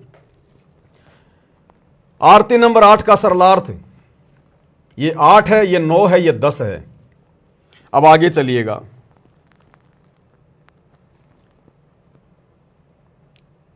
ये हाँ, ये वाली वाणी है, सॉरी, वाणी अदली आरती अदल समोई और निर्भय पद में मिलना होई, दिल का दीप पवन की बाती और चित्त का चंदन पांचों पाती। इन लोगों को पांच और पाती इन दो शब्दों से दिक्कत है। पाती पंच पोहप कर पूजा, और यहां गुरुदेव ने क्या लिख दिया, चित्त का चंदन पांचों पाती। और ये जो पाती शब्द है ना, इसके आगे गुरुदेव ने सरलार्थ में लिख दिया बाती, जबकि इन मंदबुद्धि भक्तों के अनुसार गुरुजी ने लिखना चाहिए था पतियां। पाती के आगे कोष्टक में क्या लिखना चाहिए था, पतियां, जबकि गुरुदेव ने फिर से लिख दिया बाती। तो बताओ भाई, बार बार गुरुजी गलती क्यों कर रहे हैं? बताओ, पहले गलती कर दी और फिर से गुरुजी ने गलती कर दी, तो बताओ हम कैसे विश्वास करें? तीनों समय की आरती के सरलार्थ के ऊपर और भी गलतियां कर रखी होंगी गुरुजी ने फिर तो प्रार्थना भी जाओ जेल में जल्दी से, देखो कहां कर रखी है। चित्त का चंदन पांचों पाती। अब इसका अनुवाद किया गुरुदेव ने। आरती नंबर 9 का सरलार्थ आरती नंबर 1 से 8 तक परमेश्वर कबीर जी की अमृतवाणी से है और परमात्मा से साक्षात्कार के पश्चात संत गरीबदास जी ने परमात्मा से प्राप्त तत्व ज्ञान को अपने शब्दों में बोला है। आरती नंबर 9 से 16 तक संत गरीबदास जी की अमृतवाणी है। आरती नंबर 9 में कहा है कि अदली अर्थात निर्णायक आरती स्तुति अदल वास्तविक न्यायपूर्ण समोई अर्थात समझाई। आत्मा में समाधि डाल दी, तत्व ज्ञान से आत्मा निर्भीक होकर साधना करती है, उस स्थिति में परमात्मा का मिलन होता है। अब चलिए साहब, बाहरी आरती के पश्चात अंदर की आरती ऐसे करनी है। कैसे करनी है? दिल का दीप पवन की बाती और चित्त का चंदन पांचों पाती। दिल का दीप अर्थात हृदय में प्रभु का प्रेम और श्वास यानी पवन की बाती, रूई से बनाई गई बात बनाओ अर्थात श्वास से सत्य नाम का स्मरण करो। और चित्त का चंदन पांचों पाती, उसका क्या अनुवाद किया गुरुदेव ने? चित्त यानी ध्यान का चंदन पांचों पाती। अब भाई पाती के आगे गुरुदेव ने फिर से लिख दिया बाती। बताओ भाई पवनदास क्या करे अब? अरे तुम बार बार कहते हो ना पाती का अर्थ बाती नहीं होता, बाती नहीं होता, तो गुरुदेव भगवान ने एक बार फिर से कर दिया, पाती के आगे लिख दिया बाती। पांचों पाती, पांचों बाती, पांचों ज्योत जलाओ अपने हृदय में। गुरुदेव ने ज्योत शब्द भी लिख दिया, ज्योति भी लिख दिया, बाती भी लिख दिया और ज्योति भी लिख दिया। अब देखो इसके अनुवाद में, चित्त यानी ध्यान का चंदन पांचों पाती यानी बाती अर्थात भगत में 5 विशेष गुण होने अनिवार्य हैं। दया, शील, संतोष, भाव, भक्ति तथा आधीनी। ये वास्तव में ज्योति जगानी है। ये लो जी, अगर कोई ये समझे कि भाई पाती का अर्थ बाती, बाती क्या होती है, तो बाती होती है ज्योति। गुरुदेव ने यहां पर ज्योति भी लिख दिया। चित्त का चंदन पांचों पाती, चित्त यानी ध्यान का चंदन पांचों पाती, पाती के आगे बाती और यहां कर दिया ज्योति जगानी अनिवार्य है। पाती यानी ज्योति, बाती यानी ज्योति, तब अंदर की आरती होती है। तो गुरुदेव ने अंदर की आरती के विषय में भी हमारे को बता दिया कि भगत के अंदर 5 विशेष गुण होने चाहिए, तब भक्ति सफल होगी। शील, संतोष, दया, अक्षमा, भाव, भक्ति। और बाहर की आरती भी करनी पड़ेगी। जब तक हम शरीर में हैं, इस काल के लोक में हैं, हमने बाहर की जो क्रिया है वो भी करनी पड़ेगी। पाती पंच पोप कर पूजा, देव निरंजन और न दूजा। जिस प्रकार हम घर में एक ज्योत जलाते हैं, एक ज्योत होती है बाहर की, एक ज्योत होती है अपने हृदय में। सतगुरु की तड़प, वो कशक, वो प्रेम अपने हृदय में जगाओ, वो है अंदर की ज्योति। और बाहर गुरुदेव ने आदेश दिया है हवन करने के लिए, तो बाहर की ज्योत भी जलानी पड़ेगी। इसी प्रकार ये 5 ज्योतियां जो हमने हृदय में जगानी है, भाव भक्ति प्रकट करने के लिए, सच्चा भगत बनने के लिए, तो जब तक शरीर में है बाहरी क्रिया भी करनी पड़ेगी। 5 दीपक के साथ गुरुदेव भगवान की आरती भी उतारनी पड़ेगी। तो भाई तुम्हारे अनुसार गुरुदेव ने एक जगह गलती नहीं करी, गुरुदेव ने तो फिर दूसरी जगह भी गलती कर दी। पाती का अर्थ यहां पर बाती लिख दिया, ज्योति लिख दिया। अब बताओ तुम कैसे सत्सेवकों को गलत साबित करोगे? कि पाती का अर्थ बाती नहीं होता। भाई और बहनों, ये संत भाषा होती है। सतगुरु रामपाल जी भगवान, ये कबीर परमात्मा भाषाओं का जनक है।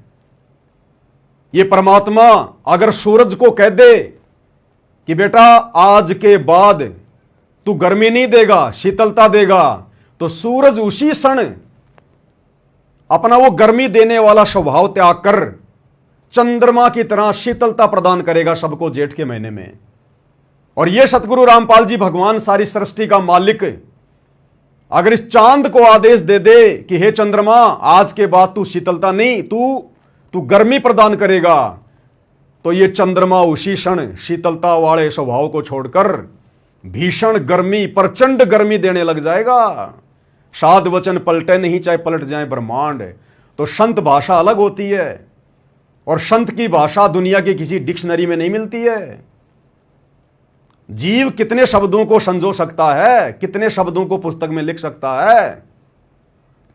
जिस प्रकार भाई और बहनों परमात्मा एक वाणी बोलते हैं कि भक्ति बीज होए जो हंसा, वाके तारू इकोतर वंसा। कि जो भक्ति बीज होगा, जो दृढ़ भगत होगा, मेरी युगों युगों की आत्मा होगी, अधिकारी अंश होगा, अगर वो दृढ़ होकर इस कलयुग की पिछली पीढ़ी में भक्ति पर लग जाएगा तो उसकी 71 पीढ़ियों को पार करूंगा। अब आप आम व्यक्ति से पूछो भैया 71 का मतलब क्या होता है, वो तो ये समझेगा 71, 71, 71 का मतलब 71, जबकि संत भाषा में गुरुदेव ने बताया 71 का मतलब होता है 108। भक्ति बीज होवे जो हंसा, वाके तारू 71 वंसा, यानी उसकी 108 पीढ़ियों का उद्धार करूंगा। अब दुनिया वालों को कैसे समझाओगे? 71 का मतलब 108 होता है, ना कि 71। वो नहीं मानेंगे तुम्हारी बात है। इसी प्रकार परमात्मा पाती को बाती बना दे, बाती को पाती बना दे। गुरुदेव ने लिख दिया यहां पर पाती के आगे कोष्टक में बाती, तो हो गई बाती, हमारे लिए हो गई बाती। गुरुदेव ने लिख दिया हो गई बाती। सतगुरु ने जो कह दिया फाइनल, साध वचन पलटे नहीं, पलट जाए ब्रह्मांड, फाइनल। इस पूरी संध्या आरती के सरलार्थ में गुरुदेव ने पाती का अर्थ कहीं भी पतिया नहीं बताया, जबकि बार बार गुरुदेव कह रहे हैं कि ये तो जगत वालों का है, उन्होंने लिखा है पातियों के आगे बातियां। तो यहां तो जगत वालों ने नहीं लिखा, ये तो जगत वालों के अनुसार नहीं है, ये तो सतगुरु रामपाल जी भगवान ने लिखा है। पांचों पाती आगे लिख दिया बाती कोष्टक में। अब क्या जवाब दोगे मेरे भाई और बहनों? क्यों अपने कर्म फोड़ने में लगे हुए हो? क्यों गुरु को ना पहचान कर ठोकर खाने की सोच रहे हो? तुम विरोध नहीं कर रहे, तुमसे काल विरोध करवा रहा है। और जब आत्मा काल प्रेरित होती है ना, वो ये सोचती है कि मैं जो कर रहा हूं बहुत अच्छा कर रहा हूं, बिल्कुल परफेक्ट कर रहा हूं, सही कर रहा हूं। काल प्रेरणा ऐसी होती है। जिस प्रकार पागल आदमी अगर गोबर खा रहा है और कोई समझदार आदमी समझाए कि भाई गोबर क्यों खा रहा, खाना खाना, वो नहीं मानेगा उसकी बात है। वो कहेगा ये मेरे हलवे को गोबर बता रहा है। तो इसी प्रकार भाई और बहनों, जब काल प्रेरित कोई आत्मा हो जाती है, उसको अच्छाई में उसको बुराई नजर आती है। अब इसका निर्णय कैसे हो? इसका निर्णय होता है गुरु जी के ज्ञान से, गुरु जी के सत्संग से। उन चीजों को आधार बनाओ कि क्या सही है और क्या गलत है। तो गुरुदेव के ज्ञान आधार से बताओ हम किसकी पूजा करें भाई? अगर 5 दीपक के साथ में आरती उतारना, अगर त्रिलोकी विष्णु की पूजा करना है, तो शतलोक आश्रम बरवाड़ा में पाठ प्रकाश का भोग लगाते समय सतगुरु रामपाल जी भगवान और दूसरे भगत भाई बहन 5 दीपक से किसकी आरती उतारते हैं? विष्णु की उतारते हैं क्या? काल के बेटे की आरती उतारते हैं क्या आश्रम में? वर्तमान में भी इन सतलोक आश्रमों में जो भंडारे होते हैं, तो भंडारे के समय में कभी 7 ज्योतियां जलाते हैं, कभी 5 ज्योतियां जलाते हैं। तो क्या ये लोग काल की पूजा कर रहे हैं क्या इन आश्रमों में? ये कॉमन सेंस की बातें हैं, ये विचार करने की बातें हैं।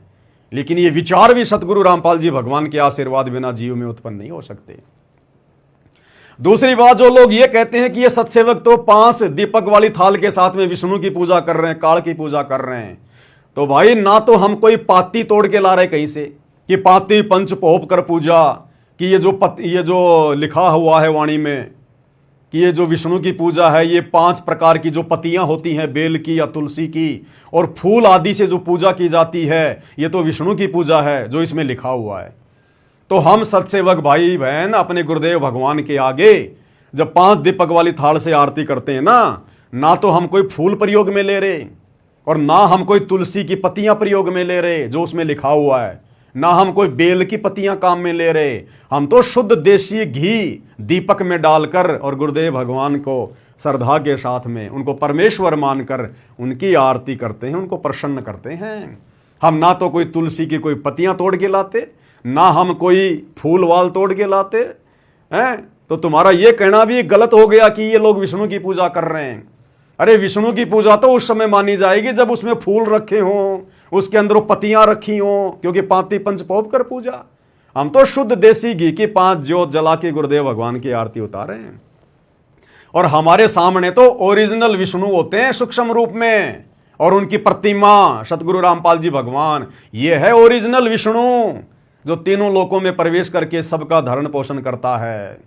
हम तो ओरिजिनल विष्णु की देसी घी के साथ में आरती उतारते हैं भाई। तो कहां से हम त्रिलोकी विष्णु की आरती कर रहे हैं, कहां से हम काल की पूजा कर रहे हैं? इतनी भी कॉमन सेंस नहीं है तुम्हारे अंदर। किसकी आरती उतारोगे? गधों की आरती उतारोगे क्या? पत्थरों की आरती उतारोगे क्या? जानवरों की आरती उतारोगे क्या? ये आरती परमात्मा की उतारी जाती है। अब परमात्मा तुम्हें समझ में आया नहीं, गुरु को तुम परमात्मा मान नहीं रहे, तो ये तुम्हारा बैड लक है, ये तुम्हारा दुर्भाग्य है। इसका भला हम क्या कर सकते हैं? तो ये क्लियर हो गया भाई और बहनों। सतगुरु ने अगर एक जगह गलती की है तो भाई दूसरी गलती भी आ गई यहां पर।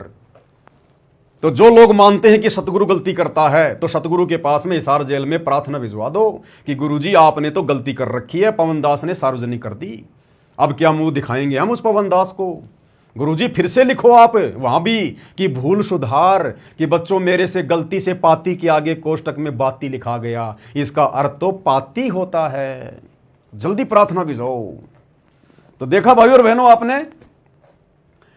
अब थोड़ा सा आगे बढ़ते हैं हम।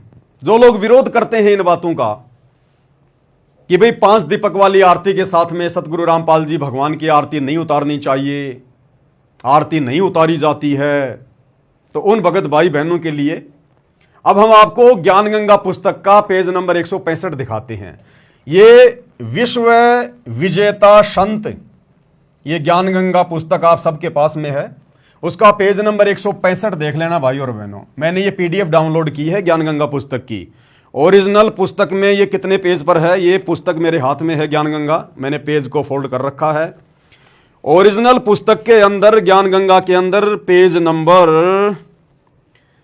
142 पर ज्ञान गंगा पुस्तक पेज नंबर 142 घर पर है तो खोलकर देख सकते हैं। और उसकी जो पीडीएफ है, पीडीएफ का पेज नंबर 165 है। इस पर नास्त्रदमस की भविष्यवाणी का जिक्र है, उस परम संत के बारे में, सायरन के बारे में। और वो परम संत कौन है, सायरन कौन है, नास्त्रदमस की भविष्यवाणी वर्तमान में किस संत पे फिट होती है हम सबको पता है, सतगुरु रामपाल जी। तो नास्त्रदमस जी उस शायरन के विषय में, उस तत्वदर्शी संत के विषय में, यानी सतगुरु रामपाल जी भगवान के विषय में कि कैसे उनकी पूजा करें, कैसे उनकी भक्ति करें, हमें समझा रहे हैं, हमें बता रहे हैं। ध्यान से देखिएगा।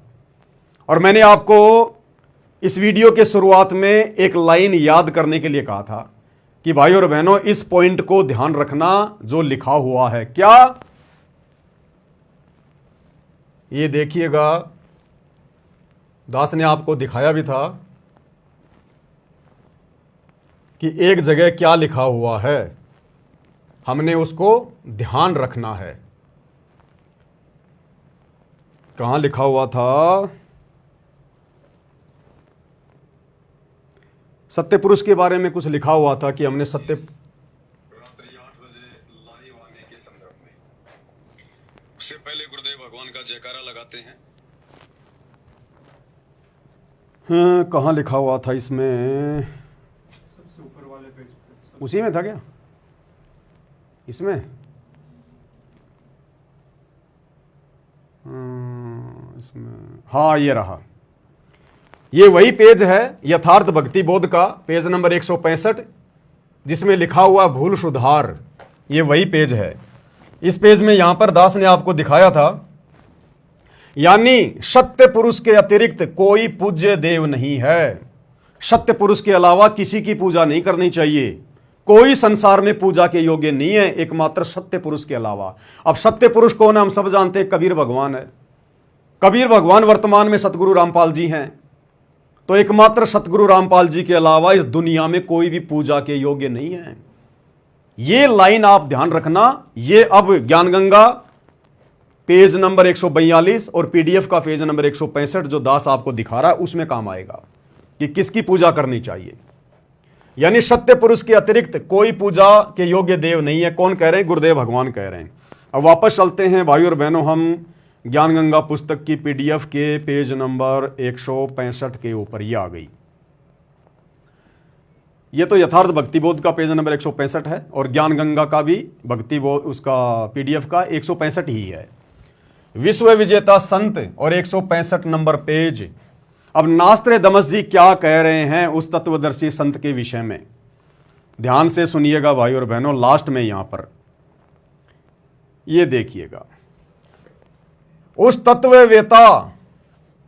तत्ववेता यानी तत्वदर्शी संत, उस तत्ववेता महामानव, एक होता है मानव, आप और हम सब मानव हैं, एक होता है महामानव जो मानव को उत्पन्न करता है, परमेश्वर परमात्मा। एक होता है पुरुष और एक होता है महापुरुष परम पुरुष। उस तत्ववेता महामानव यानी शायरन को सिंहास नस्त करके, सिंहास नस्त यानी ऊंचे सिंहासन पर बैठा कर। आज घर घर में अपने गुरुदेव भगवान के लिए सिंहासन किसने लगाए? आज घर घर में सतगुरु रामपाल जी भगवान के बेड, उनके विश्राम के लिए, उनको भोग लगाने के लिए किन लोगों ने लगाए? उस कल की भगवान सतगुरु रामपाल जी की चुनिंदा आत्माओं ने, सत्सेवक भाई बहनों ने। यह भी आ गया प्रमाण कि उस महामानव को सिंहास नस्त करके यानी ऊंचे सिंहासन पर बैठाकर, आसन लगाकर, जो घर घर में सत्सेवक भाई बहन लगा चुके हैं, उस तत्ववेता महामानव शायरन को सिंहास नस्त करके यानी आसन पर बैठाकर, आगे कोष्टक में लिखा है गुरुदेव ने, आसन पर बैठाकर उसको आराध्य देव मानकर पूजा करें। उसको आराध्य यानी इष्ट देव मानकर, उसको इष्ट देव मानकर क्या करें? पूजा करें। किसके विषय में लिखा है? सतगुरु रामपाल जी के विषय में। और वहां मैंने ऊपर आपको क्या दिखाया? गुरुदेव भगवान ने क्या लिखा है? यानी सत्य पुरुष के अलावा कोई पूज्य देव नहीं है। यानी पूजा किसकी करनी चाहिए? सत्य पुरुष की। और यहां नास्त्र दमस जी किसकी पूजा करने के लिए कह रहे हैं? उस तत्वदर्शी संत की, सायरन की, यानी सतगुरु रामपाल जी की। तो कौन हुए सतगुरु रामपाल जी? स्वयं कबीर भगवान। अब उनकी पूजा कैसे करेंगे भाई? उनको आसन पर बैठाकर। आपने भगवान को आसन पर बैठा दिया नास्त्र दमस जी के अनुसार कि भाई उसको सिंहासनस्थ करके आसन पर बैठाकर उसकी पूजा करें, इष्ट मानकर। तो पूजा तो मेरे भाई पांति पंच पोहप कर पूजा, पांति पंच पोहप कर पूजा। और यहां नास्त्र दमस जी क्या कह रहे हैं? उसको आराध्य देव मानकर पूजा करें। तो हम सत्सेवक क्या कर रहे हैं? पांति पंच पोहप कर पूजा, देव निरंजन और न दूजा। उसको इष्ट मानकर पूजना है। हम सत्सेवक अपना इष्ट किसको मानते हैं? दाढ़ी मूछ वाले नकली कबीर को नहीं मानते। हम अपने गुरुदेव सतगुरु रामपाल जी भगवान को मानते हैं। तभी तो हमने इस नकली कबीर की फोटो को फाड़ फाड़ के फेंक दिया। तो भैया पूजा कैसे करोगे? अगरबत्ती लगाओगे, धूप बत्ती लगाओगे? पूजा का मतलब क्या है? सिंहासन पर बैठाकर पूजा करने का मतलब क्या है? सिंहासन पर बैठाकर पूजा करने का मतलब है आरती उतारना। अपना इष्ट मानकर, आराध्य देव मानकर उसकी पूजा करें। तो पूजा कैसे की जाती है भाई? कभी मंदिरों में जाके देखना, आरती में जब वो लोग पूजा करते हैं, अरे आरती घुमाते कि नहीं घुमाते हैं? लेकिन उनको तो ज्ञान नहीं कि परमात्मा कौन है। वो तो पत्थरों के आगे, मुर्दों के आगे आरतियां घुमा रहे हैं। आप और हमें परमात्मा ने सद्बुद्धि दे दी, तत्व भेद दे दिया, अपनी पहचान करवा दी। हम पीछे क्यों हटे भाई? जब घर में भगवान आके बैठ गया, अपनी शरण में ले लिया, अब कोई मंद बुद्धि महामूर्ख होगा जो अपने गुरुदेव भगवान की आरती उतारने से पीछे हटेगा, उनको इष्ट मानकर, आराध्य देव मानकर। साफ साफ लिखा है उसको आराध्य देव मानकर पूजा करें। और ऊपर गुरुदेव ने लिख दिया यानी सत्य पुरुष ही एकमात्र पूजा के योग्य है। तो बताओ भैया, सत्य पुरुष की पूजा करें या सतगुरु रामपाल जी की करें? दो की पूजा का तो आदेश नहीं है ना। तो वो सत्य पुरुष वर्तमान में धरती पर सतगुरु रामपाल जी ही हैं। इसलिए उनकी पूजा आने वाले समय में पूरा विश्व आसन लगाकर, क्योंकि ये नास्त्र दमस की भविष्यवाणी का समर्थन सतगुरु रामपाल जी ने किया है। गुरुदेव ने अपने कर कमल से ज्ञान गंगा पुस्तक में लिखा है, ये कभी झूठा नहीं हो सकता कि आसन लगाकर, ये देखो उसको सिंहासनस्थ करके, और कोष्टक में गुरुदेव ने लिख दिया आसन पर बैठाकर। अब किसी ने तो गुरुजी को अलमारी में बैठा रखा है, किसी ने रसोई के कोने में बैठा रखा है। भैया यहां पर आराध्य मानकर, इष्ट मानकर, जब आप अपने गुरु को इष्ट मान लोगे ना, फिर दाढ़ी मूछ वाले कबीर के लिए जगह नहीं रहेगी। गरीबदास जी, दादा गुरु जी, पंडित चिदानंद जी, इनकी फोटो आपके घर में नहीं रहेगी। अभी तक आपने उनको इष्ट तो नहीं माना, इसलिए आप उनकी पूजा नहीं कर पा रहे। आपके अंदर वो भाव, वो विचार प्रकट ही नहीं हो पा रहे कि आपका गुरु भगवान है। हम सत्संगों पे ये दया हो गई, परमेश्वर के हम सौ बार दंडवत शुक्रगुजार हैं कि हम नीचों पर परमात्मा ने कैसे दया बख्शी। गरीब ऐसा सतगुरु हम मिला, ज्ञान योग दिया खोल, ज्ञान योग खोल दिया गुरुदेव भगवान ने हमारा। रजा बख्शी, खोलना ही था, कलयुग की पिछली पीढ़ी है, किसी न किसी का तो खोलेंगे परमात्मा, जीव का तो खुल नहीं सकता अपने आप।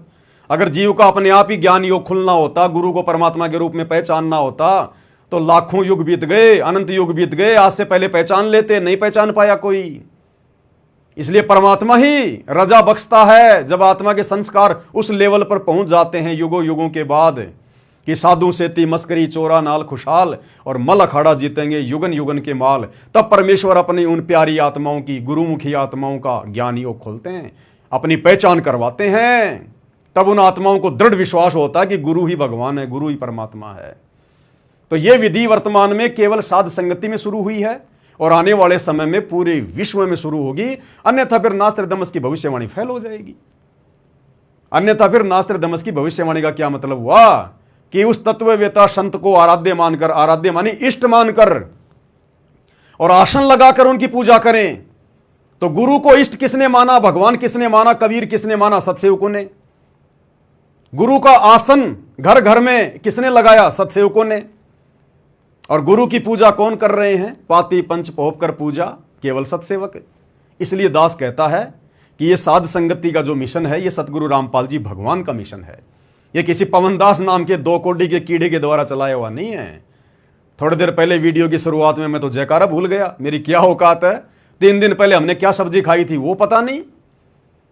कहते हैं गुरु रजा करे, गुरु मेहर करे तो कागा से हंस हो जाए। गुरु जिस पे भी अपनी दया कर दे, मिट्टी से सोना बना दे। हम जीवों की औकात नहीं है, सत्सेवकों की औकात नहीं है, राजा महाराजा देव महादेव की औकात नहीं है। सतगुरु जिस पर चाहेगा उस पर रजा भरा आशीर्वाद बख्शेगा। तो यह विधि वर्तमान में साध संगति में शुरू है और साध संगति सतलोक के लिए सतगुरु रामपाल जी भगवान का ट्रेनिंग सेंटर है। दास बार बार बोलता आ रहा है। आज भले आप विश्वास ना करो, साल 2 साल बाद आपको नाक रगड़ रगड़ के विश्वास करना पड़ेगा। रगड़ रगड़ के जब परमात्मा ठप्पा लगा देंगे हिसार जेल से आके कि हाँ ये साध संगति मेरा यथार्थ तेरवा कबीर पंथ है। और यहां तो स्पष्ट हो ही रहा है समझदार आत्मा के लिए। तो ये क्लियर हुआ भाई और बहनों। अब हमारे मन में कोई शंका नहीं आनी चाहिए कि सतगुरु गलती करता है, सतगुरु से अनुवाद करते समय भूल हो गई। ये मन में भी भाव प्रकट नहीं होने चाहिए, विचार प्रकट नहीं होने चाहिए हमारे। और सतगुरु ऐसी लीला अनेकों बार करता है, चाहे लिख दे चाहे बोल दे, बात एक ही है। अब आपको सतगुरु रामपाल जी भगवान का दास आपको एक छोटा सा शब्द सुनाता है। उस शब्द में देखो किस प्रकार से परमात्मा लीला कर रहे हैं। यह है असली लीलाधर, असली लीलाधर। और किस प्रकार की लीला की है गुरुदेव भगवान ने। एक छोटा सा शब्द सुनाता हूं गुरुदेव भगवान का। शब्द है, तुम मिलकर संगत सारी जय बोलो बंदी छोड़ की। उसमें एक जगह परमात्मा कह रहे हैं कि मेरे भूल लाग गई। परमात्मा जानबूझकर लीला करते हुए शब्द को आधा अधूरा छोड़ रहे हैं और कह रहे हैं भाई मेरे भूल लाग गई, मेरे भूल लाग गई। दास ने 2-3 बार उसको रिपीट किया है आपको सुनाने के लिए। ऐसी लीला करता है परमात्मा। एक बार आपको ये शब्द सुना देता हूं, फिर बाद में इसका विश्लेषण करेंगे। सुनिएगा। सम्मन के घर सतगुरु आए सेऊ बैठ चढ़ाया था। सम्मन के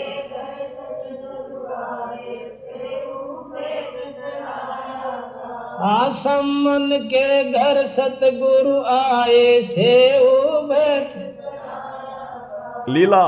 मन के। अब सुनना। हरि महिमा अपरम पारी जय बोल। बोल लागी मेरा कहाँ है? बोल लागी मेरा भूल लागी मेरे। कहाँ है? बोल लागी मेरा कहाँ है? बोल लागी मेरा कहाँ है? जय बोलो। क्या करें गुरुदेव भगवान शब्द को बीच में गाते गाते और एक आम व्यक्ति की तरह लीला करते हुए। इसलिए भाई और बहनों, वेदों में परमात्मा को जो है वो तस्करा कहा गया है, तस्करा।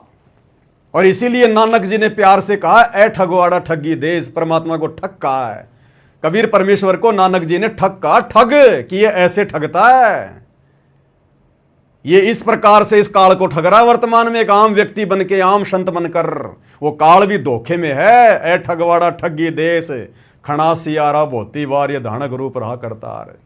और वेदों में तो भगवान को तस्करा कहा, तस्करा, जो आंखों में धूल झोंक के अपना काम करता है। ऐसी लीला करता भगवान। अब उस समय जब परमेश्वर ये सत्संग कहीं भी कर रहे थे, शब्द गा रहे थे, और परमात्मा ने कहा कि भाई मेरे भूल लागी, मेरे भूल लागी। आगे शब्द में क्या है? अगर किसी भगत ने चतुरता करते हुए, मान लो किसी को याद हो और उसने बता दिया हो कि गुरुजी ऐसे है, वो गया काम से, वो उस परीक्षा में फेल। भगत ने बिल्कुल चुप हो जाना चाहिए कि सारी सृष्टि को रचने वाला, असंख्य ब्रह्मांडों का स्वामी, अनंत करोड़ कलाओं का स्वामी, गरीब सब पदवी के मूल हैं, सकल सिद्धि है तीर, और दास गरीब शत पुरुष भजो अविगत कला कबीर। जिस परमेश्वर ने आत्माओं के अनंत युगों का इतिहास बता दिया, जो आत्माओं को उत्पन्न करने वाला, जिसने ब्रह्मा विष्णु महेश के माता पिता बता दिए, ब्रह्मा जी की उम्र कितनी है, शंकर जी की कितनी है, विष्णु जी की कितनी है, काल की उम्र कितनी है, अक्षर पुरुष की आयु कितनी है, जिस परमेश्वर ने यह बायोडाटा निकाल दिया धरती पर आकर, सतगुरु रामपाल जी भगवान ने, क्या एक शब्द को भूलेंगे क्या? और यह शब्द लिखा किसने? यह शब्द कोई कबीर जी का नहीं है, कोई गरीबदास जी का नहीं है, जय बोलो बंदी छोड़ की, खुद सतगुरु रामपाल जी भगवान ने अपने कर कमल से इस शब्द को लिखा। अपने द्वारा लिखे गए शब्द को गुरु जी भूल कर देंगे? अरे भाई, ये तो लीला है परमेश्वर की। ऐसे ही परमात्मा बीच बीच में अपने आप को एक आम व्यक्ति, आम संत साबित करता है इस काल के लोक में, ताकि हम आत्माएं ज्ञान आधार से अपने गुरु जी की पहचान करें। अरे गुरु जी को भूल कैसे लग जाएगी? संगत को भूल ना लग जाए। बरवाला कांड के बाद संगत कहीं भूल ना जाए, ज्ञान को, भगवान को, काल के चक्कर में ना पड़ जाए। हम लाखों भक्तों को समझाने के लिए तो गुरुदेव ने पुस्तक लिखी है, जब जब भूल पड़े। कौन सी पुस्तक? जब जब भूल पड़े। अब बताओ, जो भगवान हम भक्तों को भूल भुलैया से बाहर निकालने के लिए जब जब भूल पड़े पुस्तक लिख रहे हैं कि बच्चों अगर तुम्हें भूल पड़ जाए तो ये पुस्तक पढ़ लेना, जब जब भूल पड़े। बताओ, वो भगवान खुद भूल करेगा? दूसरों की गलतियों को सुधारने के लिए, उनकी भूल को सुधारने के लिए भगवान पुस्तक लिख रहा है, जब जब भूल पड़े। फिर वो भगवान खुद भूल करेगा क्या? अगर आपने मान लिया कि आपका गुरु भगवान है, परमात्मा है, कबीर देव है, फिर आप कैसे ये सोच सकते हैं कि मेरा गुरु भूल करेगा? अगर गुरु से भूल हो गई ना, ये सृष्टि खंड बंड हो जाएगी एक सेकंड में। ये चांद, तारे, नक्षत्र, खंड, पिंड, ब्रह्मांड सब टूट टूट के गिरने लग जाएंगे। अगर गुरु से गलती हो गई तो, अगर गुरु से जरा भूल हो गई तो। अनंत युगों से जब से सृष्टि रची गई है, परमेश्वर के द्वारा बनाए गए चांद, सूरज, ग्रह, नक्षत्र, उपग्रह अपनी अपनी धुरी में घूम रहे हैं, एक सेकंड का भी विलंब नहीं करते। आज आपको एक गाड़ी का पहिया घुमाने के लिए आपको कितनी मेहनत करनी पड़ती है, बेरिंग लगाना पड़ता है, उसके अंदर वो जो है वो ग्रीस देनी पड़ेगी, जब वो ग्रीस सूख जाए तो दोबारा से उसमें डालनी पड़ेगी, बेरिंग चेंज करना पड़ेगा, उसमें चूं चूं की आवाज आने लग जाएगी जब वो घस जाता है। और ये चांद, सूरज, ये पृथ्वी, ग्रह, उपग्रह, इतने अनंत युगों से घूम रहे हैं, इनकी कोई सर्विस की जरूरत नहीं है, कोई जो है वो ग्रेस देने की जरूरत नहीं है, ये परमेश्वर की वचन शक्ति से। तो वो परमात्मा भूल करेगा क्या? जिन्होंने सृष्टि को रचने में भूल नहीं करी, वो एक शब्द को गाने में भूल करेगा, एक पुस्तक का छोटा सा अनुवाद करने में कि पाती पंच भोग कर पूजा क्या होती है, उसके अनुवाद करने में भूल करेगा क्या? अगर एक जगह भूल हुई है तो दूसरी जगह भी भूल की गुंजाइश है, फिर तीसरी जगह भी भूल हो सकती है। फिर हम कैसे यकीन करेंगे इन पुस्तकों पर? इनमें तो बहुत सारी भूल हो सकती हैं। कैसे हम गुरुदेव के सत्संगों को निसंशय होकर सुन सकते हैं? उनमें तो फिर बहुत सारी भूल हो सकती हैं। जबकि गुरुदेव कह रहे हैं बच्चों, इस दास के मुख से उच्चारित एक एक शब्द ऐसे मान लेना जैसे कोर्ट में रजिस्ट्री होती है, आंख बंद करके विश्वास कर लेना, ब्लाइंड फेथ। तो ये आप और हम सत्सेवक भाई बहनों की परीक्षा के लिए, और ये देखना चाहते हैं परमात्मा की जो काल प्रेरित आत्मा है, जो निकम्मी आत्माएं हैं, जो काल के पक्ष में खड़े हैं और अपने गुरु भगवान की पूजा के विरोध में आ गए, लाख जन्म भी मोक्ष प्राप्त नहीं कर पाएंगे ऐसी निकम्मी आत्माएं। अरे जो गुरु भगवान की पूजा कर रहा है, उनको इष्ट मान के, भगवान मान के उसका विरोध कर रहे हैं, वो मोक्ष के अधिकारी हैं क्या? लाख जन्म में भी नहीं हो सकते। और ये आत्माएं उस समय क्या करेंगे जब आने वाले समय में पूरा विश्व इसी प्रकार से आरती उतारेगा? फिर ये कौन सा मुंह लेके ये कहां जाएंगे, कहां डूब मरेंगे? फिर भी घुमानी पड़ेगी ना तुम्हारे को आरती। थोड़ा बहुत बुद्धि का इस्तेमाल किया होता, कर्म फोड़ लिए, सूखे कर्म। एक छोटा सा सत्संग और सुनाते हैं गुरुदेव भगवान का। एक सत्संग में परमात्मा ने वीर सिंह बघेल का जिक्र किया कि वीर सिंह बघेल जब सार नाम लेने के लिए सतगुरु के कहे अनुसार और उस विधवा ब्राह्मणी के पास में गया जिसका नाम था चंद्रप्रभा, तो गुरुदेव ने एक सत्संग में जानबूझकर उसका नाम चंद्रप्रभा की जगह शशि प्रभा ले लिया। पहले दिन गुरुदेव ने सत्संग किया और गुरुदेव ने कहा कि वो शशि प्रभा के पास गया। दूसरे दिन के सत्संग में गुरुदेव ने कहा कि बच्चों, कल मेरे से त्रुटि हो गई थी, मैंने उस बहन का नाम चंद्रप्रभा की जगह शशि प्रभा ले लिया। फिर गुरुदेव ने जस्ट क्या कहा आगे कि पुण्यात्माओं, एक जन्म में उस आत्मा का नाम चंद्रप्रभा भी था। एक जन्म में उस आत्मा का नाम जो है वो शशि प्रभा भी था। 650 साल पहले जिस विधवा ब्राह्मणी का नाम जो है वो चंद्रप्रभा था, एक जन्म में उसका नाम शशि प्रभा भी था। अब जिन भक्तों ने पहले दिन चंद्रप्रभा सुना और दूसरे दिन जब गुरुजी ने कहा कि भाई उसका नाम मैंने गलती से चंद्रप्रभा ले दिया, मैंने उसका नाम गलती से जो है वो शशि प्रभा बोल दिया, जबकि उसका नाम था चंद्रप्रभा, तो कई भक्तों के मन में आया होगा भाई हो गई होगी गलती गुरुजी से, कौन सी बड़ी बात है, वो फैल। तुरंत आगे गुरुदेव ने कह दिया कि एक जन्म में उसका नाम शशि प्रभा भी था। अब क्या मुंह दिखाएंगे वो भगत जो पहले ये सोच गए गुरु को मानुष मानकर कि गुरुजी से गलती हो गई होगी। कोई बात नहीं भाई, जब गुरुजी कह रहे हैं कि मेरे से गलती से उसका नाम चंद्रप्रभा की जगह शशि प्रभा निकल गया, और आगे गुरुदेव ने जब बताया, उससे पहले उन लोगों ने अगर यह सोच लिया कि हो सकता है गुरुजी से गलती हो गई हो, तो बताओ वो तो हो गए फैल परमात्मा की परीक्षा में। ये चेक करता है सतगुरु इस प्रकार से, चेक। अब जो सतगुरु ये कह रहे हैं कि एक जन्म में उसका नाम शशि प्रभा भी था, फिर वो परमात्मा उसका नाम लेने में भूल कैसे कर देगा? जो उसके पिछले जन्म का नाम बता रहा है वो उसका वर्तमान नाम लेने में कैसे गलती कर देगा? ये हम भक्तों की कॉमन सेंस चेक करता है सतगुरु बीच बीच में। सतगुरु शंख कला दर्शाव है। क्या कह रहे हैं गुरुदेव भगवान, ध्यान से सुनिएगा। ये ऐसा ही खेल खेलता है परमात्मा। क्या कह रहे हैं? कल के सत्संग में, रात्रि के सत्संग में आप जी ने सुना कि एक बहन जिसका नाम चंद्रप्रभा था, पुण्यात्माओं कल गलती से ये दास चंद्रप्रभा की स्थान पर शशि प्रभा बोल गया। वो चित्त से उतर गई थी, उनका नाम जो है बहन बेटी का।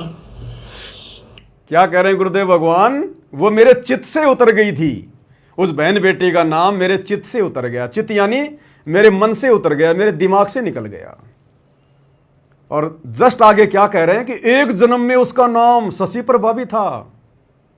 अब बताओ कैसे चित्त से उतर जाएगी भाई?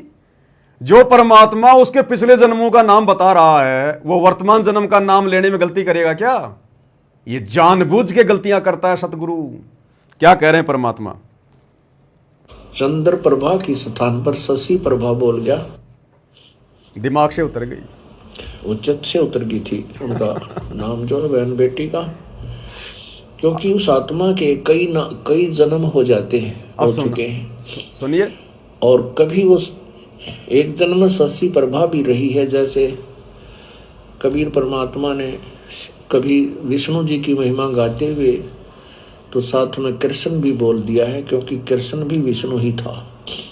तो वैसे उस समय जो उसकी शरीर था, परमात्मा के समय जो वार्ता हुई थी, उसका नाम चंद्र प्रभा था, उस बहन ब्राह्मणी का। अब बताओ भाई, ऐसे परमात्मा जानबूझकर गलतियां करता है अपने भक्तों की परीक्षा लेने के लिए। अब जो परमेश्वर उस आत्मा के अनंत युगों का बायोडाटा जानता है कि एक जन्म में उस आत्मा का नाम शशि प्रभा भी था, बताओ जो पिछले जन्म का पता नहीं कौन से जन्म की बात होगी, जो सतगुरु ये बता सकता है, वो वर्तमान जन्म का नाम भूलेगा क्या उसका? तो ये जानबूझ के परमात्मा अपने भक्तों की परीक्षा लेने के लिए, उनकी बुद्धि को चेक करने के लिए कि इनका दिमाग कहां जा रहा है, ये गुरु को क्या मानते हैं, मानुष मान रहे हैं, अपने जैसा 2 कोटि का जीव मान रहे हैं, या परमात्मा मान रहे हैं। क्योंकि यही गलती तो हम आत्मा युगों युगों से करते आ रहे हैं, गुरु को मानुष मानने वाली। और ये गलती यदि हम वर्तमान में करेंगे तो कैसे पार होंगे भाई? और 90% संगत वर्तमान में वही गलती कर रही है 650 साल पहले वाली, गुरु को मानुष मानकर। आज 27 मई 2025 है। 9, 10, 11 जून को लाखों की संगत, सतलोक आश्रमों से जुड़ी हुई संगत, उस दाढ़ी मूछ वाले नकली कबीर की फोटो को भगवान मान के पूजेगी इन आश्रमों में। अरे यहां तो नास्त्रदामस जी कह रहे हैं कि उस तत्ववेता महामानव सायरन को सिंहासनस्थ करके आसन पर बैठा कर उसको आराध्य यानी इष्ट देव मानकर पूजा करें। यहां तो गुरु की पूजा करने की बात हो रही है, इष्ट मानकर यानी भगवान मानकर। और इन आश्रमों में लाखों की संख्या में यह संगत कोऑर्डिनेटरों के पीछे आंख बंद करके विश्वास करके गुरुजी के तत्व ज्ञान को खूंटी पे टांग के और उस कागज के टुकड़े को आराध्य देव मानकर, यहां तो गुरुजी को आराध्य देव मानने की बात कर रहे हैं नास्त्रदामस, और ये लोग उस कागज के टुकड़े को आराध्य देव मानकर और उसकी पूजा करेंगे। अब देखना, भोग लगाएंगे, 5-5 दीपक जला के उसको लगाएंगे भोग। अपने गुरु को भोग लगाने में इनको शर्म आती है। जो रियल कबीर है, अपने गुरु की आरती उतारने में इनको शर्म आती है, जो रियल कबीर है। और उस कागज के टुकड़े की अब देखना, इन भंडारे में भोग लगाते समय देखना किस प्रकार से 5 पंच भोग कर पूजा, 5-5 दीपक के साथ में आरतियां उतारेंगे। ये तो वही गलती जो हम युगों युगों से करते आ रहे हैं, जो 650 साल पहले हुई थी, वही गलती वर्तमान में 90% संगत कर रही है, गुरु को मानुष मानकर। और इसीलिए आदरणीय गरीबदास जी ने ठोक ठोक के 3-4 वाणियां लिखी हैं कि नालायक को गलती मत कर देना। यह सत्य पुरुष कबीर परमात्मा है जो दिल्ली मंडल में आएगा, जो छुडानी में आया है ना मेरे पास में जिंदा बाबा बन के, सतगुरु बन के कबीर जी, आगे चलकर दिल्ली मंडल में यही आएगा, सतगुरु दिल्ली मंडल आईसी। गरीबदास जी कह रहे हैं कि जो मेरा सतगुरु है कबीर, वही दिल्ली मंडल में आएगा 8 सितंबर 1951 को। सतगुरु दिल्ली मंडल आईसी और श्रुति धरनी सुम जगाईसी। तो गरीबदास जी ने कहा कि नालायको, उसको अपने जैसा मानुष मान के, आम संत मान के गलती मत कर देना। उसके अलावा किसी और को मत पूजना, पहले वाले भगवानों को, चाहे मुनिंदर हो, चाहे कबीर हो, चाहे करुणामय हो, चाहे सत्सुकृत हो, छोड़ देना सबको, भूल जाना। प्रेजेंट गुरु को परमात्मा मान के, कबीर मान के पूजना। अन्यथा गुरु मानुष कर जानते, वो नर कहिए अंध, और दुखी संसार में आगे काल के फंदे।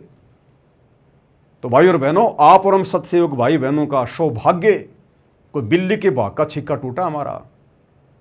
इन दिनों ये दास थोड़ा सा लाइव नहीं आ पा रहा है, क्योंकि आप भगत भाई बहनों के पास में विनाशकालीन समय से पहले पहले पूजा की सामग्री, भक्ति की सामग्री पहुंचानी है। क्या करेंगे जब लंबे लंबे लॉकडाउन लगेंगे, दुनिया घरों में कैद हो जाएगी। कोरोना तो रिहर्सल थी, आने वाले समय में क्या होगा, ये दुनिया ऐसे हिसार जेल में बैठे हुए परम संत को परमात्मा नहीं मानने वाली।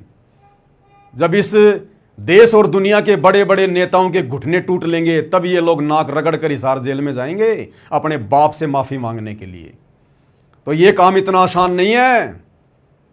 घुटने तोड़ेगा परमात्मा, बंदर दिखाएगा दुनिया को, दाने दाने के लिए मोहताज होना पड़ेगा, तब दुनिया को भगवान याद आता है। बकवादों में भगवान याद नहीं आता। तो आने वाले समय में फिर हम क्या करेंगे? गुरु महिमा करेंगे, गुरु के शब्द गाएंगे। हमें तो गुरु कोई कमी रहने नहीं देगा। गुरु का वचन है, घर में 2 दाने होंगे, सुबह आटा भरा हुआ मिलेगा पीपे का रसोई में, तेल का कैन भरा हुआ मिलेगा, गैस सिलेंडर भरा हुआ मिलेगा। आप और हमें तो परमात्मा ना भूखा मर देगा, ना भूखा मरने देगा, ना किसी चीज के भरोसे रहने देगा। जो परमात्मा चाहने वाली आत्मा है, जो गुरु को भगवान मान के साथ संगति से जुड़कर भक्ति कर रहे हैं, और बाकी भाई दाने दाने के लिए रोएंगे, दाने दाने के लिए। तो 2 ही प्रकार की आत्माएं आने वाले समय में ठीक ठाक रहेंगी। या तो जिसके भक्ति संस्कार मजबूत हैं, भले वो भगत नहीं है, जगत का आदमी है, किसी भी देश का है, अगर उसके पिछले संस्कार मजबूत हैं, पिछले जन्मों की परमात्मा की आत्मा है, आगे उनकी शरण में आनी है, एक तो परमात्मा उनको संभालेगा। और एक वर्तमान में जो गुरु को मानुष ना मानकर, गुरु को परमेश्वर मानकर, अपना आराध्य मानकर, इष्ट मानकर जो भोग लगा रहे हैं, घर घर में उनका आसन लगा दिया, ज्ञान को आधार बनाकर गुरु की गैर हाजिरी में घर को आश्रम बना के भक्ति कर रहे हैं, जैसे आप और हम सत्सेवक भाई बहन, आप और हमारे साथ परमात्मा चमत्कार करेगा। यानी आप और हमारे लिए तो चमत्कार ही होगा, बैठे बैठे घर में सब कुछ मिलेगा। और ये परमात्मा तो वो समर्थ शक्ति है, ये तो अपने आशीर्वाद से हमारा पेट भर दे, सालों साल हमारे को भूख ना लगे। अरे दुर्योधन के कहने पर पांडवों को शराप देने के लिए जब दुर्वासा ऋषि 88,000 ऋषियों को लेकर जंगल में गया था, शाम के समय गया जब सबने खाना खा लिया, और डिमांड कर दी, आज के बोए अंगूर, आज का बोया धान मानसरोवर का जल लाओ, नहीं तो शराप दूंगा। पांडवों ने, और कौन थी वो, कुंती थी या वो द्रौपदी थी, उन्होंने श्री कृष्ण जी को याद किया, क्योंकि उन्होंने श्री कृष्ण जी को अपना गुरु बना रखा था। तो श्री कृष्ण जी तो कहां आना था बेचारा, श्री कृष्ण का रूप बनाकर कबीर परमात्मा सतगुरु रामपाल जी पहुंच गए, क्योंकि गुरु के माध्यम से यह शक्ति काम करती है सारी की सारी। और परमेश्वर ने कहा कि भाई द्रौपदी पहले मुझे कुछ खिला।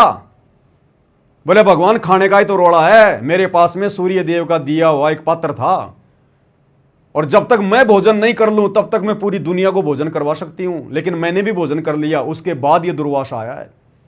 अगर भोजन नहीं होता तो आपको याद करने की क्या जरूरत थी। तो परमेश्वर ने कहा श्री कृष्ण रूप में सतगुरु रामपाल जी भगवान ने कि द्रौपदी मेरा विधान है, मैं वो नहीं तोड़ सकता।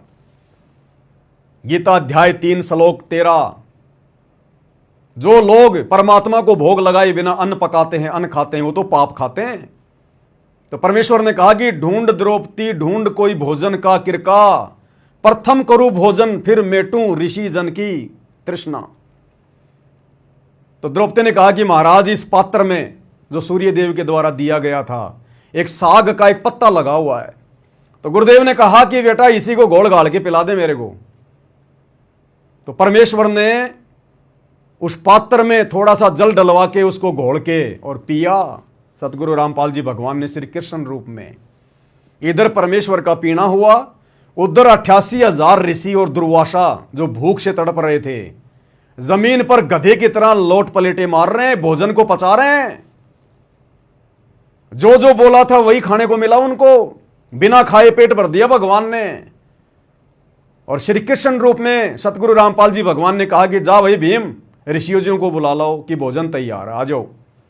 जैसे भीम गया और भोजन की प्रार्थना की कि चलो जी भोजन तैयार है, दुर्वासा ने कहा कि भीम भोजन का नाम मतलब उल्टी आने को हो रही है, ये बता तुम्हारे घर पे कौन आया है। बोला श्री कृष्ण जी आए। अब भीम को क्या पता कि वो भगवान थे, कबीर भगवान सतगुरु रामपाल जी थे। उसने कहा कि श्री कृष्ण जी आए। तो दुर्वासा ने कहा कि राम करे थारा दुश्मन मरियो।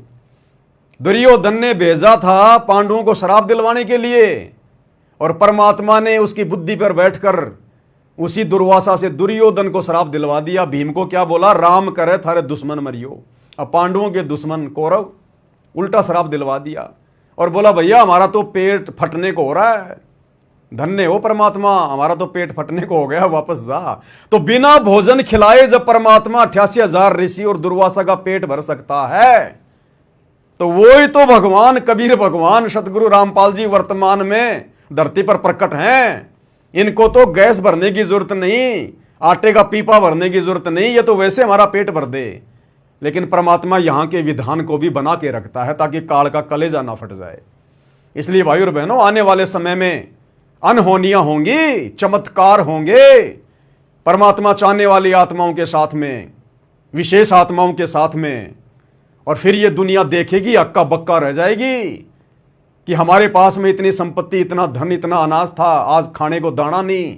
और ये सतगुरु रामपाल जी के भगत जो रोज कमाते रोज खाते थे, आज इनके घर में भंडारे कैसे चल रहे हैं। ये खुद तो खा रहे हैं, दुनिया को भी खिला रहे हैं, लंगर बांट रहे हैं। लोग अचंबा करेंगे। तब ये दुनिया हिसार जेल में बैठे सतगुरु रामपाल जी को परमात्मा के रूप में देखेगी। इसलिए भाई और बहनों, आप और हमारे को भगवान ने मौका दे दिया, पहले अपनी पहचान करवा कर। आप और हम भाई बहन संसार की सर्वश्रेष्ठ आत्माएं हैं। ये दुनिया भले हमें कुछ ना माने, कुछ ना जाने, हमें कोई फर्क नहीं पड़ता, और हमें फर्क जो है पड़वाना भी नहीं है। हम दुनिया की नजरों में पागल रह के ही, दुनिया की नजरों में बर्बाद व्यक्ति रहकर ही मोक्ष प्राप्त कर सकते हैं।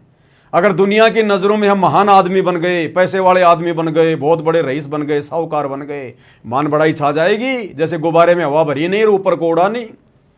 तो हमने तो भिखारी बन के, गरीब सा बन के, बावड़ा सा बन के अपनी भक्ति को सफल करके यहां से निकलना है। हमने दुनिया को दिखाना नहीं है कि हम धनवान हैं, पैसे वाले हैं, ये है वो है, कुछ नहीं है। जैसा भगवान दे रहा है, खाना पीना रहना सहना, उनकी मौज उनकी मर्जी। महल में रखे तो उनकी मर्जी, झोपड़ी में रखे तो उनकी मर्जी, रोड पे रखे तो उनकी मर्जी, करोड़पति बनाए तो उनकी मर्जी। हम रहेंगे वही भगत, उनके कुत्ते। हमारी औकात हमें भगवान ने पहले समझा दी कि अपनी औकात को अपनी लिमिट को पार मत करना। तुम 2 कोटि के जीव हो, अगर मैं तुम्हें न मिलता, अगर ना मिलता हमें सतगुरु, तो आज हमारी क्या हैसियत थी, हमारी क्या औकात थी। इस दास के जीवन में तो सतगुरु की दया बिल्कुल शीशे की तरह साफ साफ दिखाई दे रही है। जिस नक्शे कदम पर यह पवन दास सतगुरु की शरण में आने से पहले गांव से आकर जयपुर में रहकर जो बर्बादी के रास्ते पे जा रहा था, आज तक तो मेरा परिवार भी ना होता, ये पवन दास तो या तो मर गया होता या कहीं जेल में पड़ा होता आजीवन उम्र कैद में। हमारी बहन जी जो भगतमती है, वो कब की मर चुकी होती, दुखी होके, परेशान होके। मेरे लड़के आवारागिर्दी में होते, दारू शराब बीड़ी गुटखा पी रहे होते, कहीं पड़े होते भांग के नशे में। पूरा खानदान बर्बाद था, खानदान बर्बाद। जिस रास्ते पर मैं चल पड़ा था, सतगुरु ने आके संभाल लिया। परमेश्वर ने,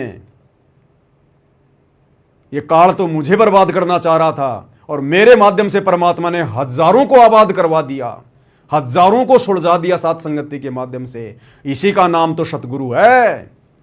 जय तू चाले 1 कदम मैं चालूं कदम 60, जय तू हो जा काठ का मैं हो जाऊं लोहे की लाठ। परमात्मा कहते हैं काल को, अगर तू डाल डाल चलता है तो हम भी पात पात चलते हैं। तो इसमें आप और हमारा कोई श्रेय नहीं है भाई और बहनों, सब कुछ सतगुरु की दया, सतगुरु की मेहर। आप भी अपने जीवन में थोड़ा सा झांक के देखोगे, थोड़ा सा चिंतन मनन करोगे, बुद्धि पे जोर डालोगे। आप चाहे आज कितने गरीब हैं, कुछ भी हैं, कैसे भी हैं, लेकिन सतगुरु के शरण में हैं, सेठ के बच्चे हैं। हमसे बड़ा कोई धनी नहीं दुनिया में। ये धन तो गुरुजी हमें जानबूझ के नहीं दे रहे, कहीं हमारे अंदर गुब्बारी की तरह हवा ना भर जाए। धन भी देगा, उससे पहले परमात्मा अपनी औकात से और अपने विषय में अच्छी तरीके से परिचित करवाएगा। इस माया के गुण और अवगुण के बारे में, ये कहां हानि देगी, कहां लाभ करेगी, पहले परमात्मा हमें तत्व ज्ञान से सराबोर करेगा। फिर हम इस माया का दुरुपयोग नहीं कर सकते, चाहे लाखों करोड़ों की संख्या में घर में पड़ी रहो। उसके बाद देगा परमात्मा, इतना देगा। सतगुरु कहते हैं आने वाले समय में दुनिया अचंबा करेगी, इनके घर में आ कहां से रहा है। गुरुदेव कहते हैं तुम्हारी कोठियां अलग होंगी, तुम्हारे यातायात के साधन दुनिया से न्यारे होंगे। ये दुनिया जो आज घूम रही है ना, ये दुनिया जो आज घूम रही है ना 1-1 करोड़ की 2-2 करोड़ की गाड़ियों में, आने वाले समय में परमात्मा के बच्चे सत्सेवक घूमेंगे। देखो एक मजे की बात बताता हूं आपको। पिछली बार परमात्मा ने प्रेरणा करी, मालिक के आदेश अनुसार दास की झोपड़ी पर 5 ज्योतियां उन भगत भाई बहनों के निमित्त जल रही हैं जो भाई बहन आर्थिक स्थिति खराब होने के कारण या फिर घर में बहुत ज़्यादा दबाव होने के कारण जो ज्योतियां नहीं जला पा रहे, और परमात्मा ने उनके 5 यज्ञ को बनाना है, उनको इसी जन्म में पार करना है। उन आत्माओं के लिए परमात्मा ने दास के यहाँ पर सामूहिक रूप से सार्वजनिक सेवा के आधार से ज्योतियां शुरू करवाई है। दास ने वीडियो बनाकर भी डाला था, आपको बताया था। पिछली बार दास गया गांव में और घी लेके आया 65 किलो। 65 किलो घी उन 5 ज्योतियों में मात्र 26 दिन चला। केवल 26 दिन में परमात्मा ने उन 1-1 किलो की 5 ज्योतियों के माध्यम से 65 किलो घी हवन करवा दिया। दास परसों फिर से गया घी लाने के लिए गांव में। उम्मीद तो नहीं थी, लेकिन मालिक के दया से पूर्ण 2 क्विंटल देसी घी मिल गया 1000 रुपए किलो के हिसाब से। 1 क्विंटल 75 किलो घी दास को देसी, बिल्कुल दास खुद गाड़ी लेके वहां के लोगों को साथ में लेके, मेरे कुछ रिश्तेदार थे उनको साथ में लेके, और दास खुद जा के किसी के घर से 5 किलो, किसी के घर से 15 किलो, किसी के घर से 4 किलो, पौने 2 क्विंटल घी परमात्मा ने व्यवस्था करवा दी। अब वो पौने 2 क्विंटल घी मुश्किल से 1.5 महीने चलेगा, मुश्किल से 1.5 महीने।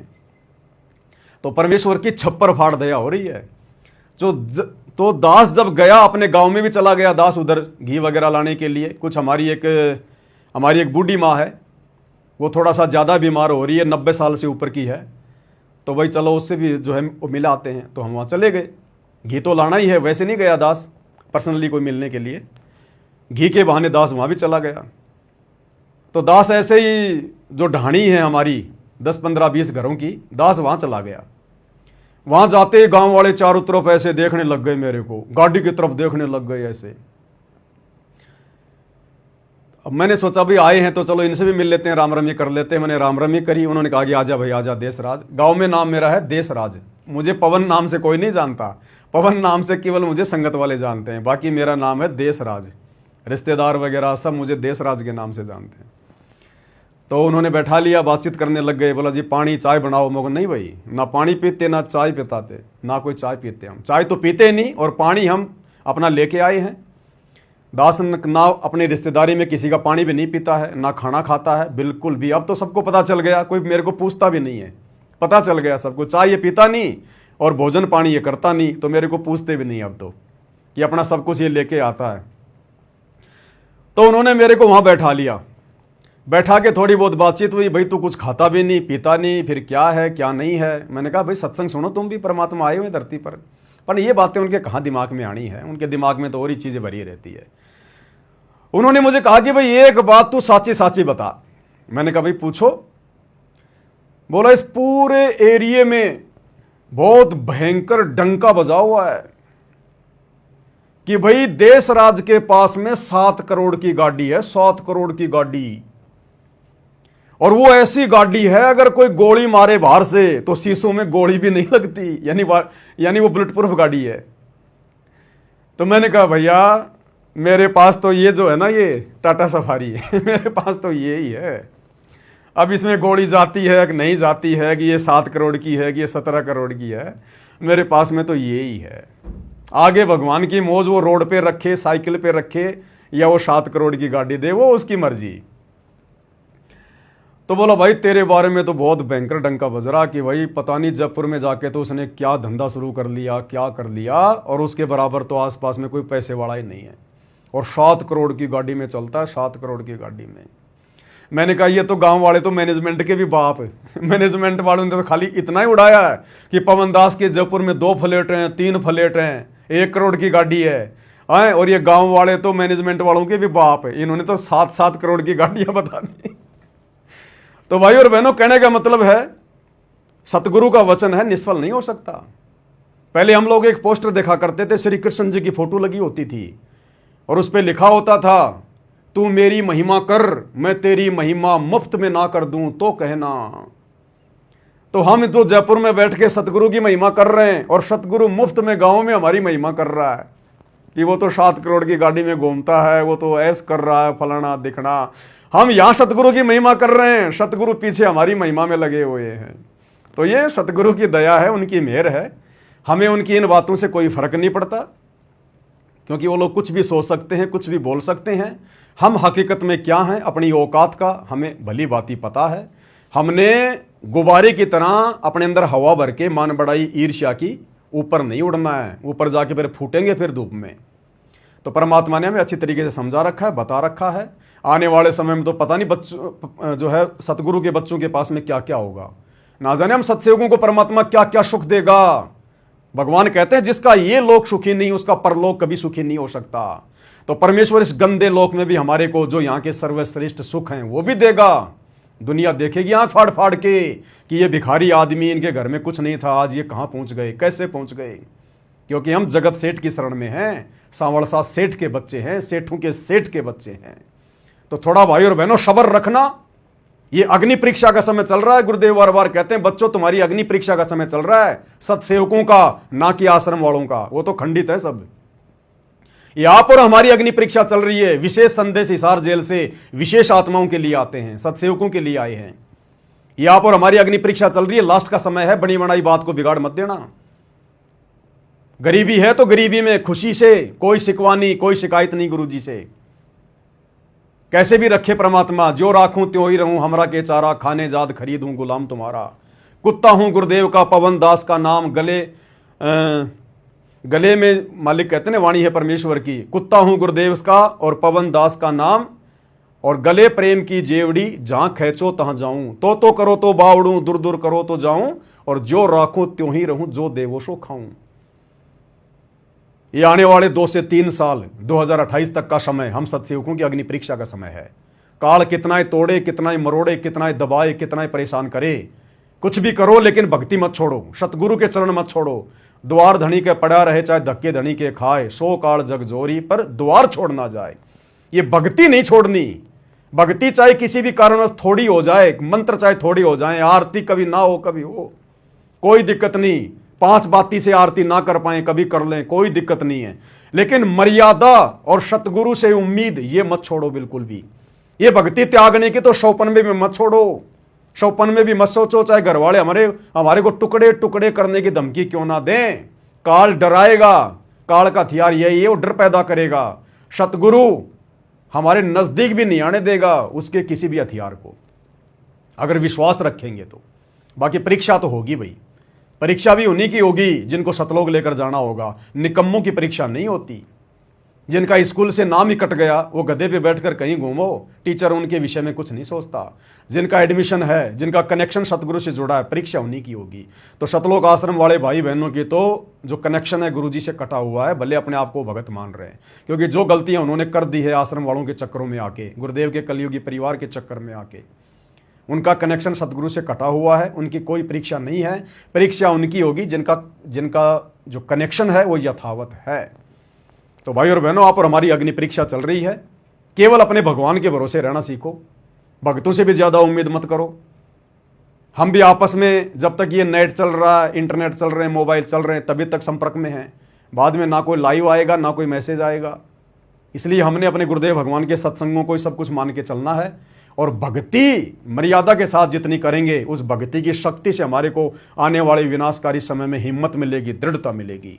और सतगुरु कदम कदम पर हमारे साथ रहेगा जब हमारा विश्वास मजबूत होगा। और विश्वास को मजबूत करने के लिए सारा खेल खेल रहा है परमात्मा। ये हजारों वीडियो साथ संगति के बनवा दिए, हम पर विशेष आशीर्वाद देने के लिए, मेहर देने के लिए परमात्मा ने पांति पंच पोप कर पूजा शुरू करवाई, घर घर में अपने आप को भोग लगवाना शुरू किया। क्योंकि विश्वास मजबूत होगा तो सतगुरु हमारे साथ रहेगा। कहे कबीर सुनो भाई साधो, मैं तो हूं विश्वास में। और बाकी आप देख लेना, ये आश्रम से जुड़े हुए भाई बहन जो लड्डू जलेबी बर्फी के चक्कर में पड़े हैं, जरा सा संकट आते ही ये ऐसे भगेंगे जैसे गधे के सिर से सींग गायब हो जाते हैं। ये सहन नहीं कर पाएंगे दबाव को आने वाले समय में। तो आप और हमारे ऊपर विशेष दया हुई परमात्मा की। तो भाई और बहनों, आज के वीडियो में केवल इतना ही। परमेश्वर की दया से फिर परमात्मा दया करेंगे, फिर से लाइव आएंगे, ज्ञान आधार से चर्चा करेंगे, सतगुरु की महिमा करेंगे। तो आज के वीडियो में केवल इतना ही। गुरुदेव भगवान हम सबको आज्ञा दें, इजाज़त दें, सद्बुद्धि दें। बंदी छोड़ सतगुरु रामपाल जी भगवान की जय हो।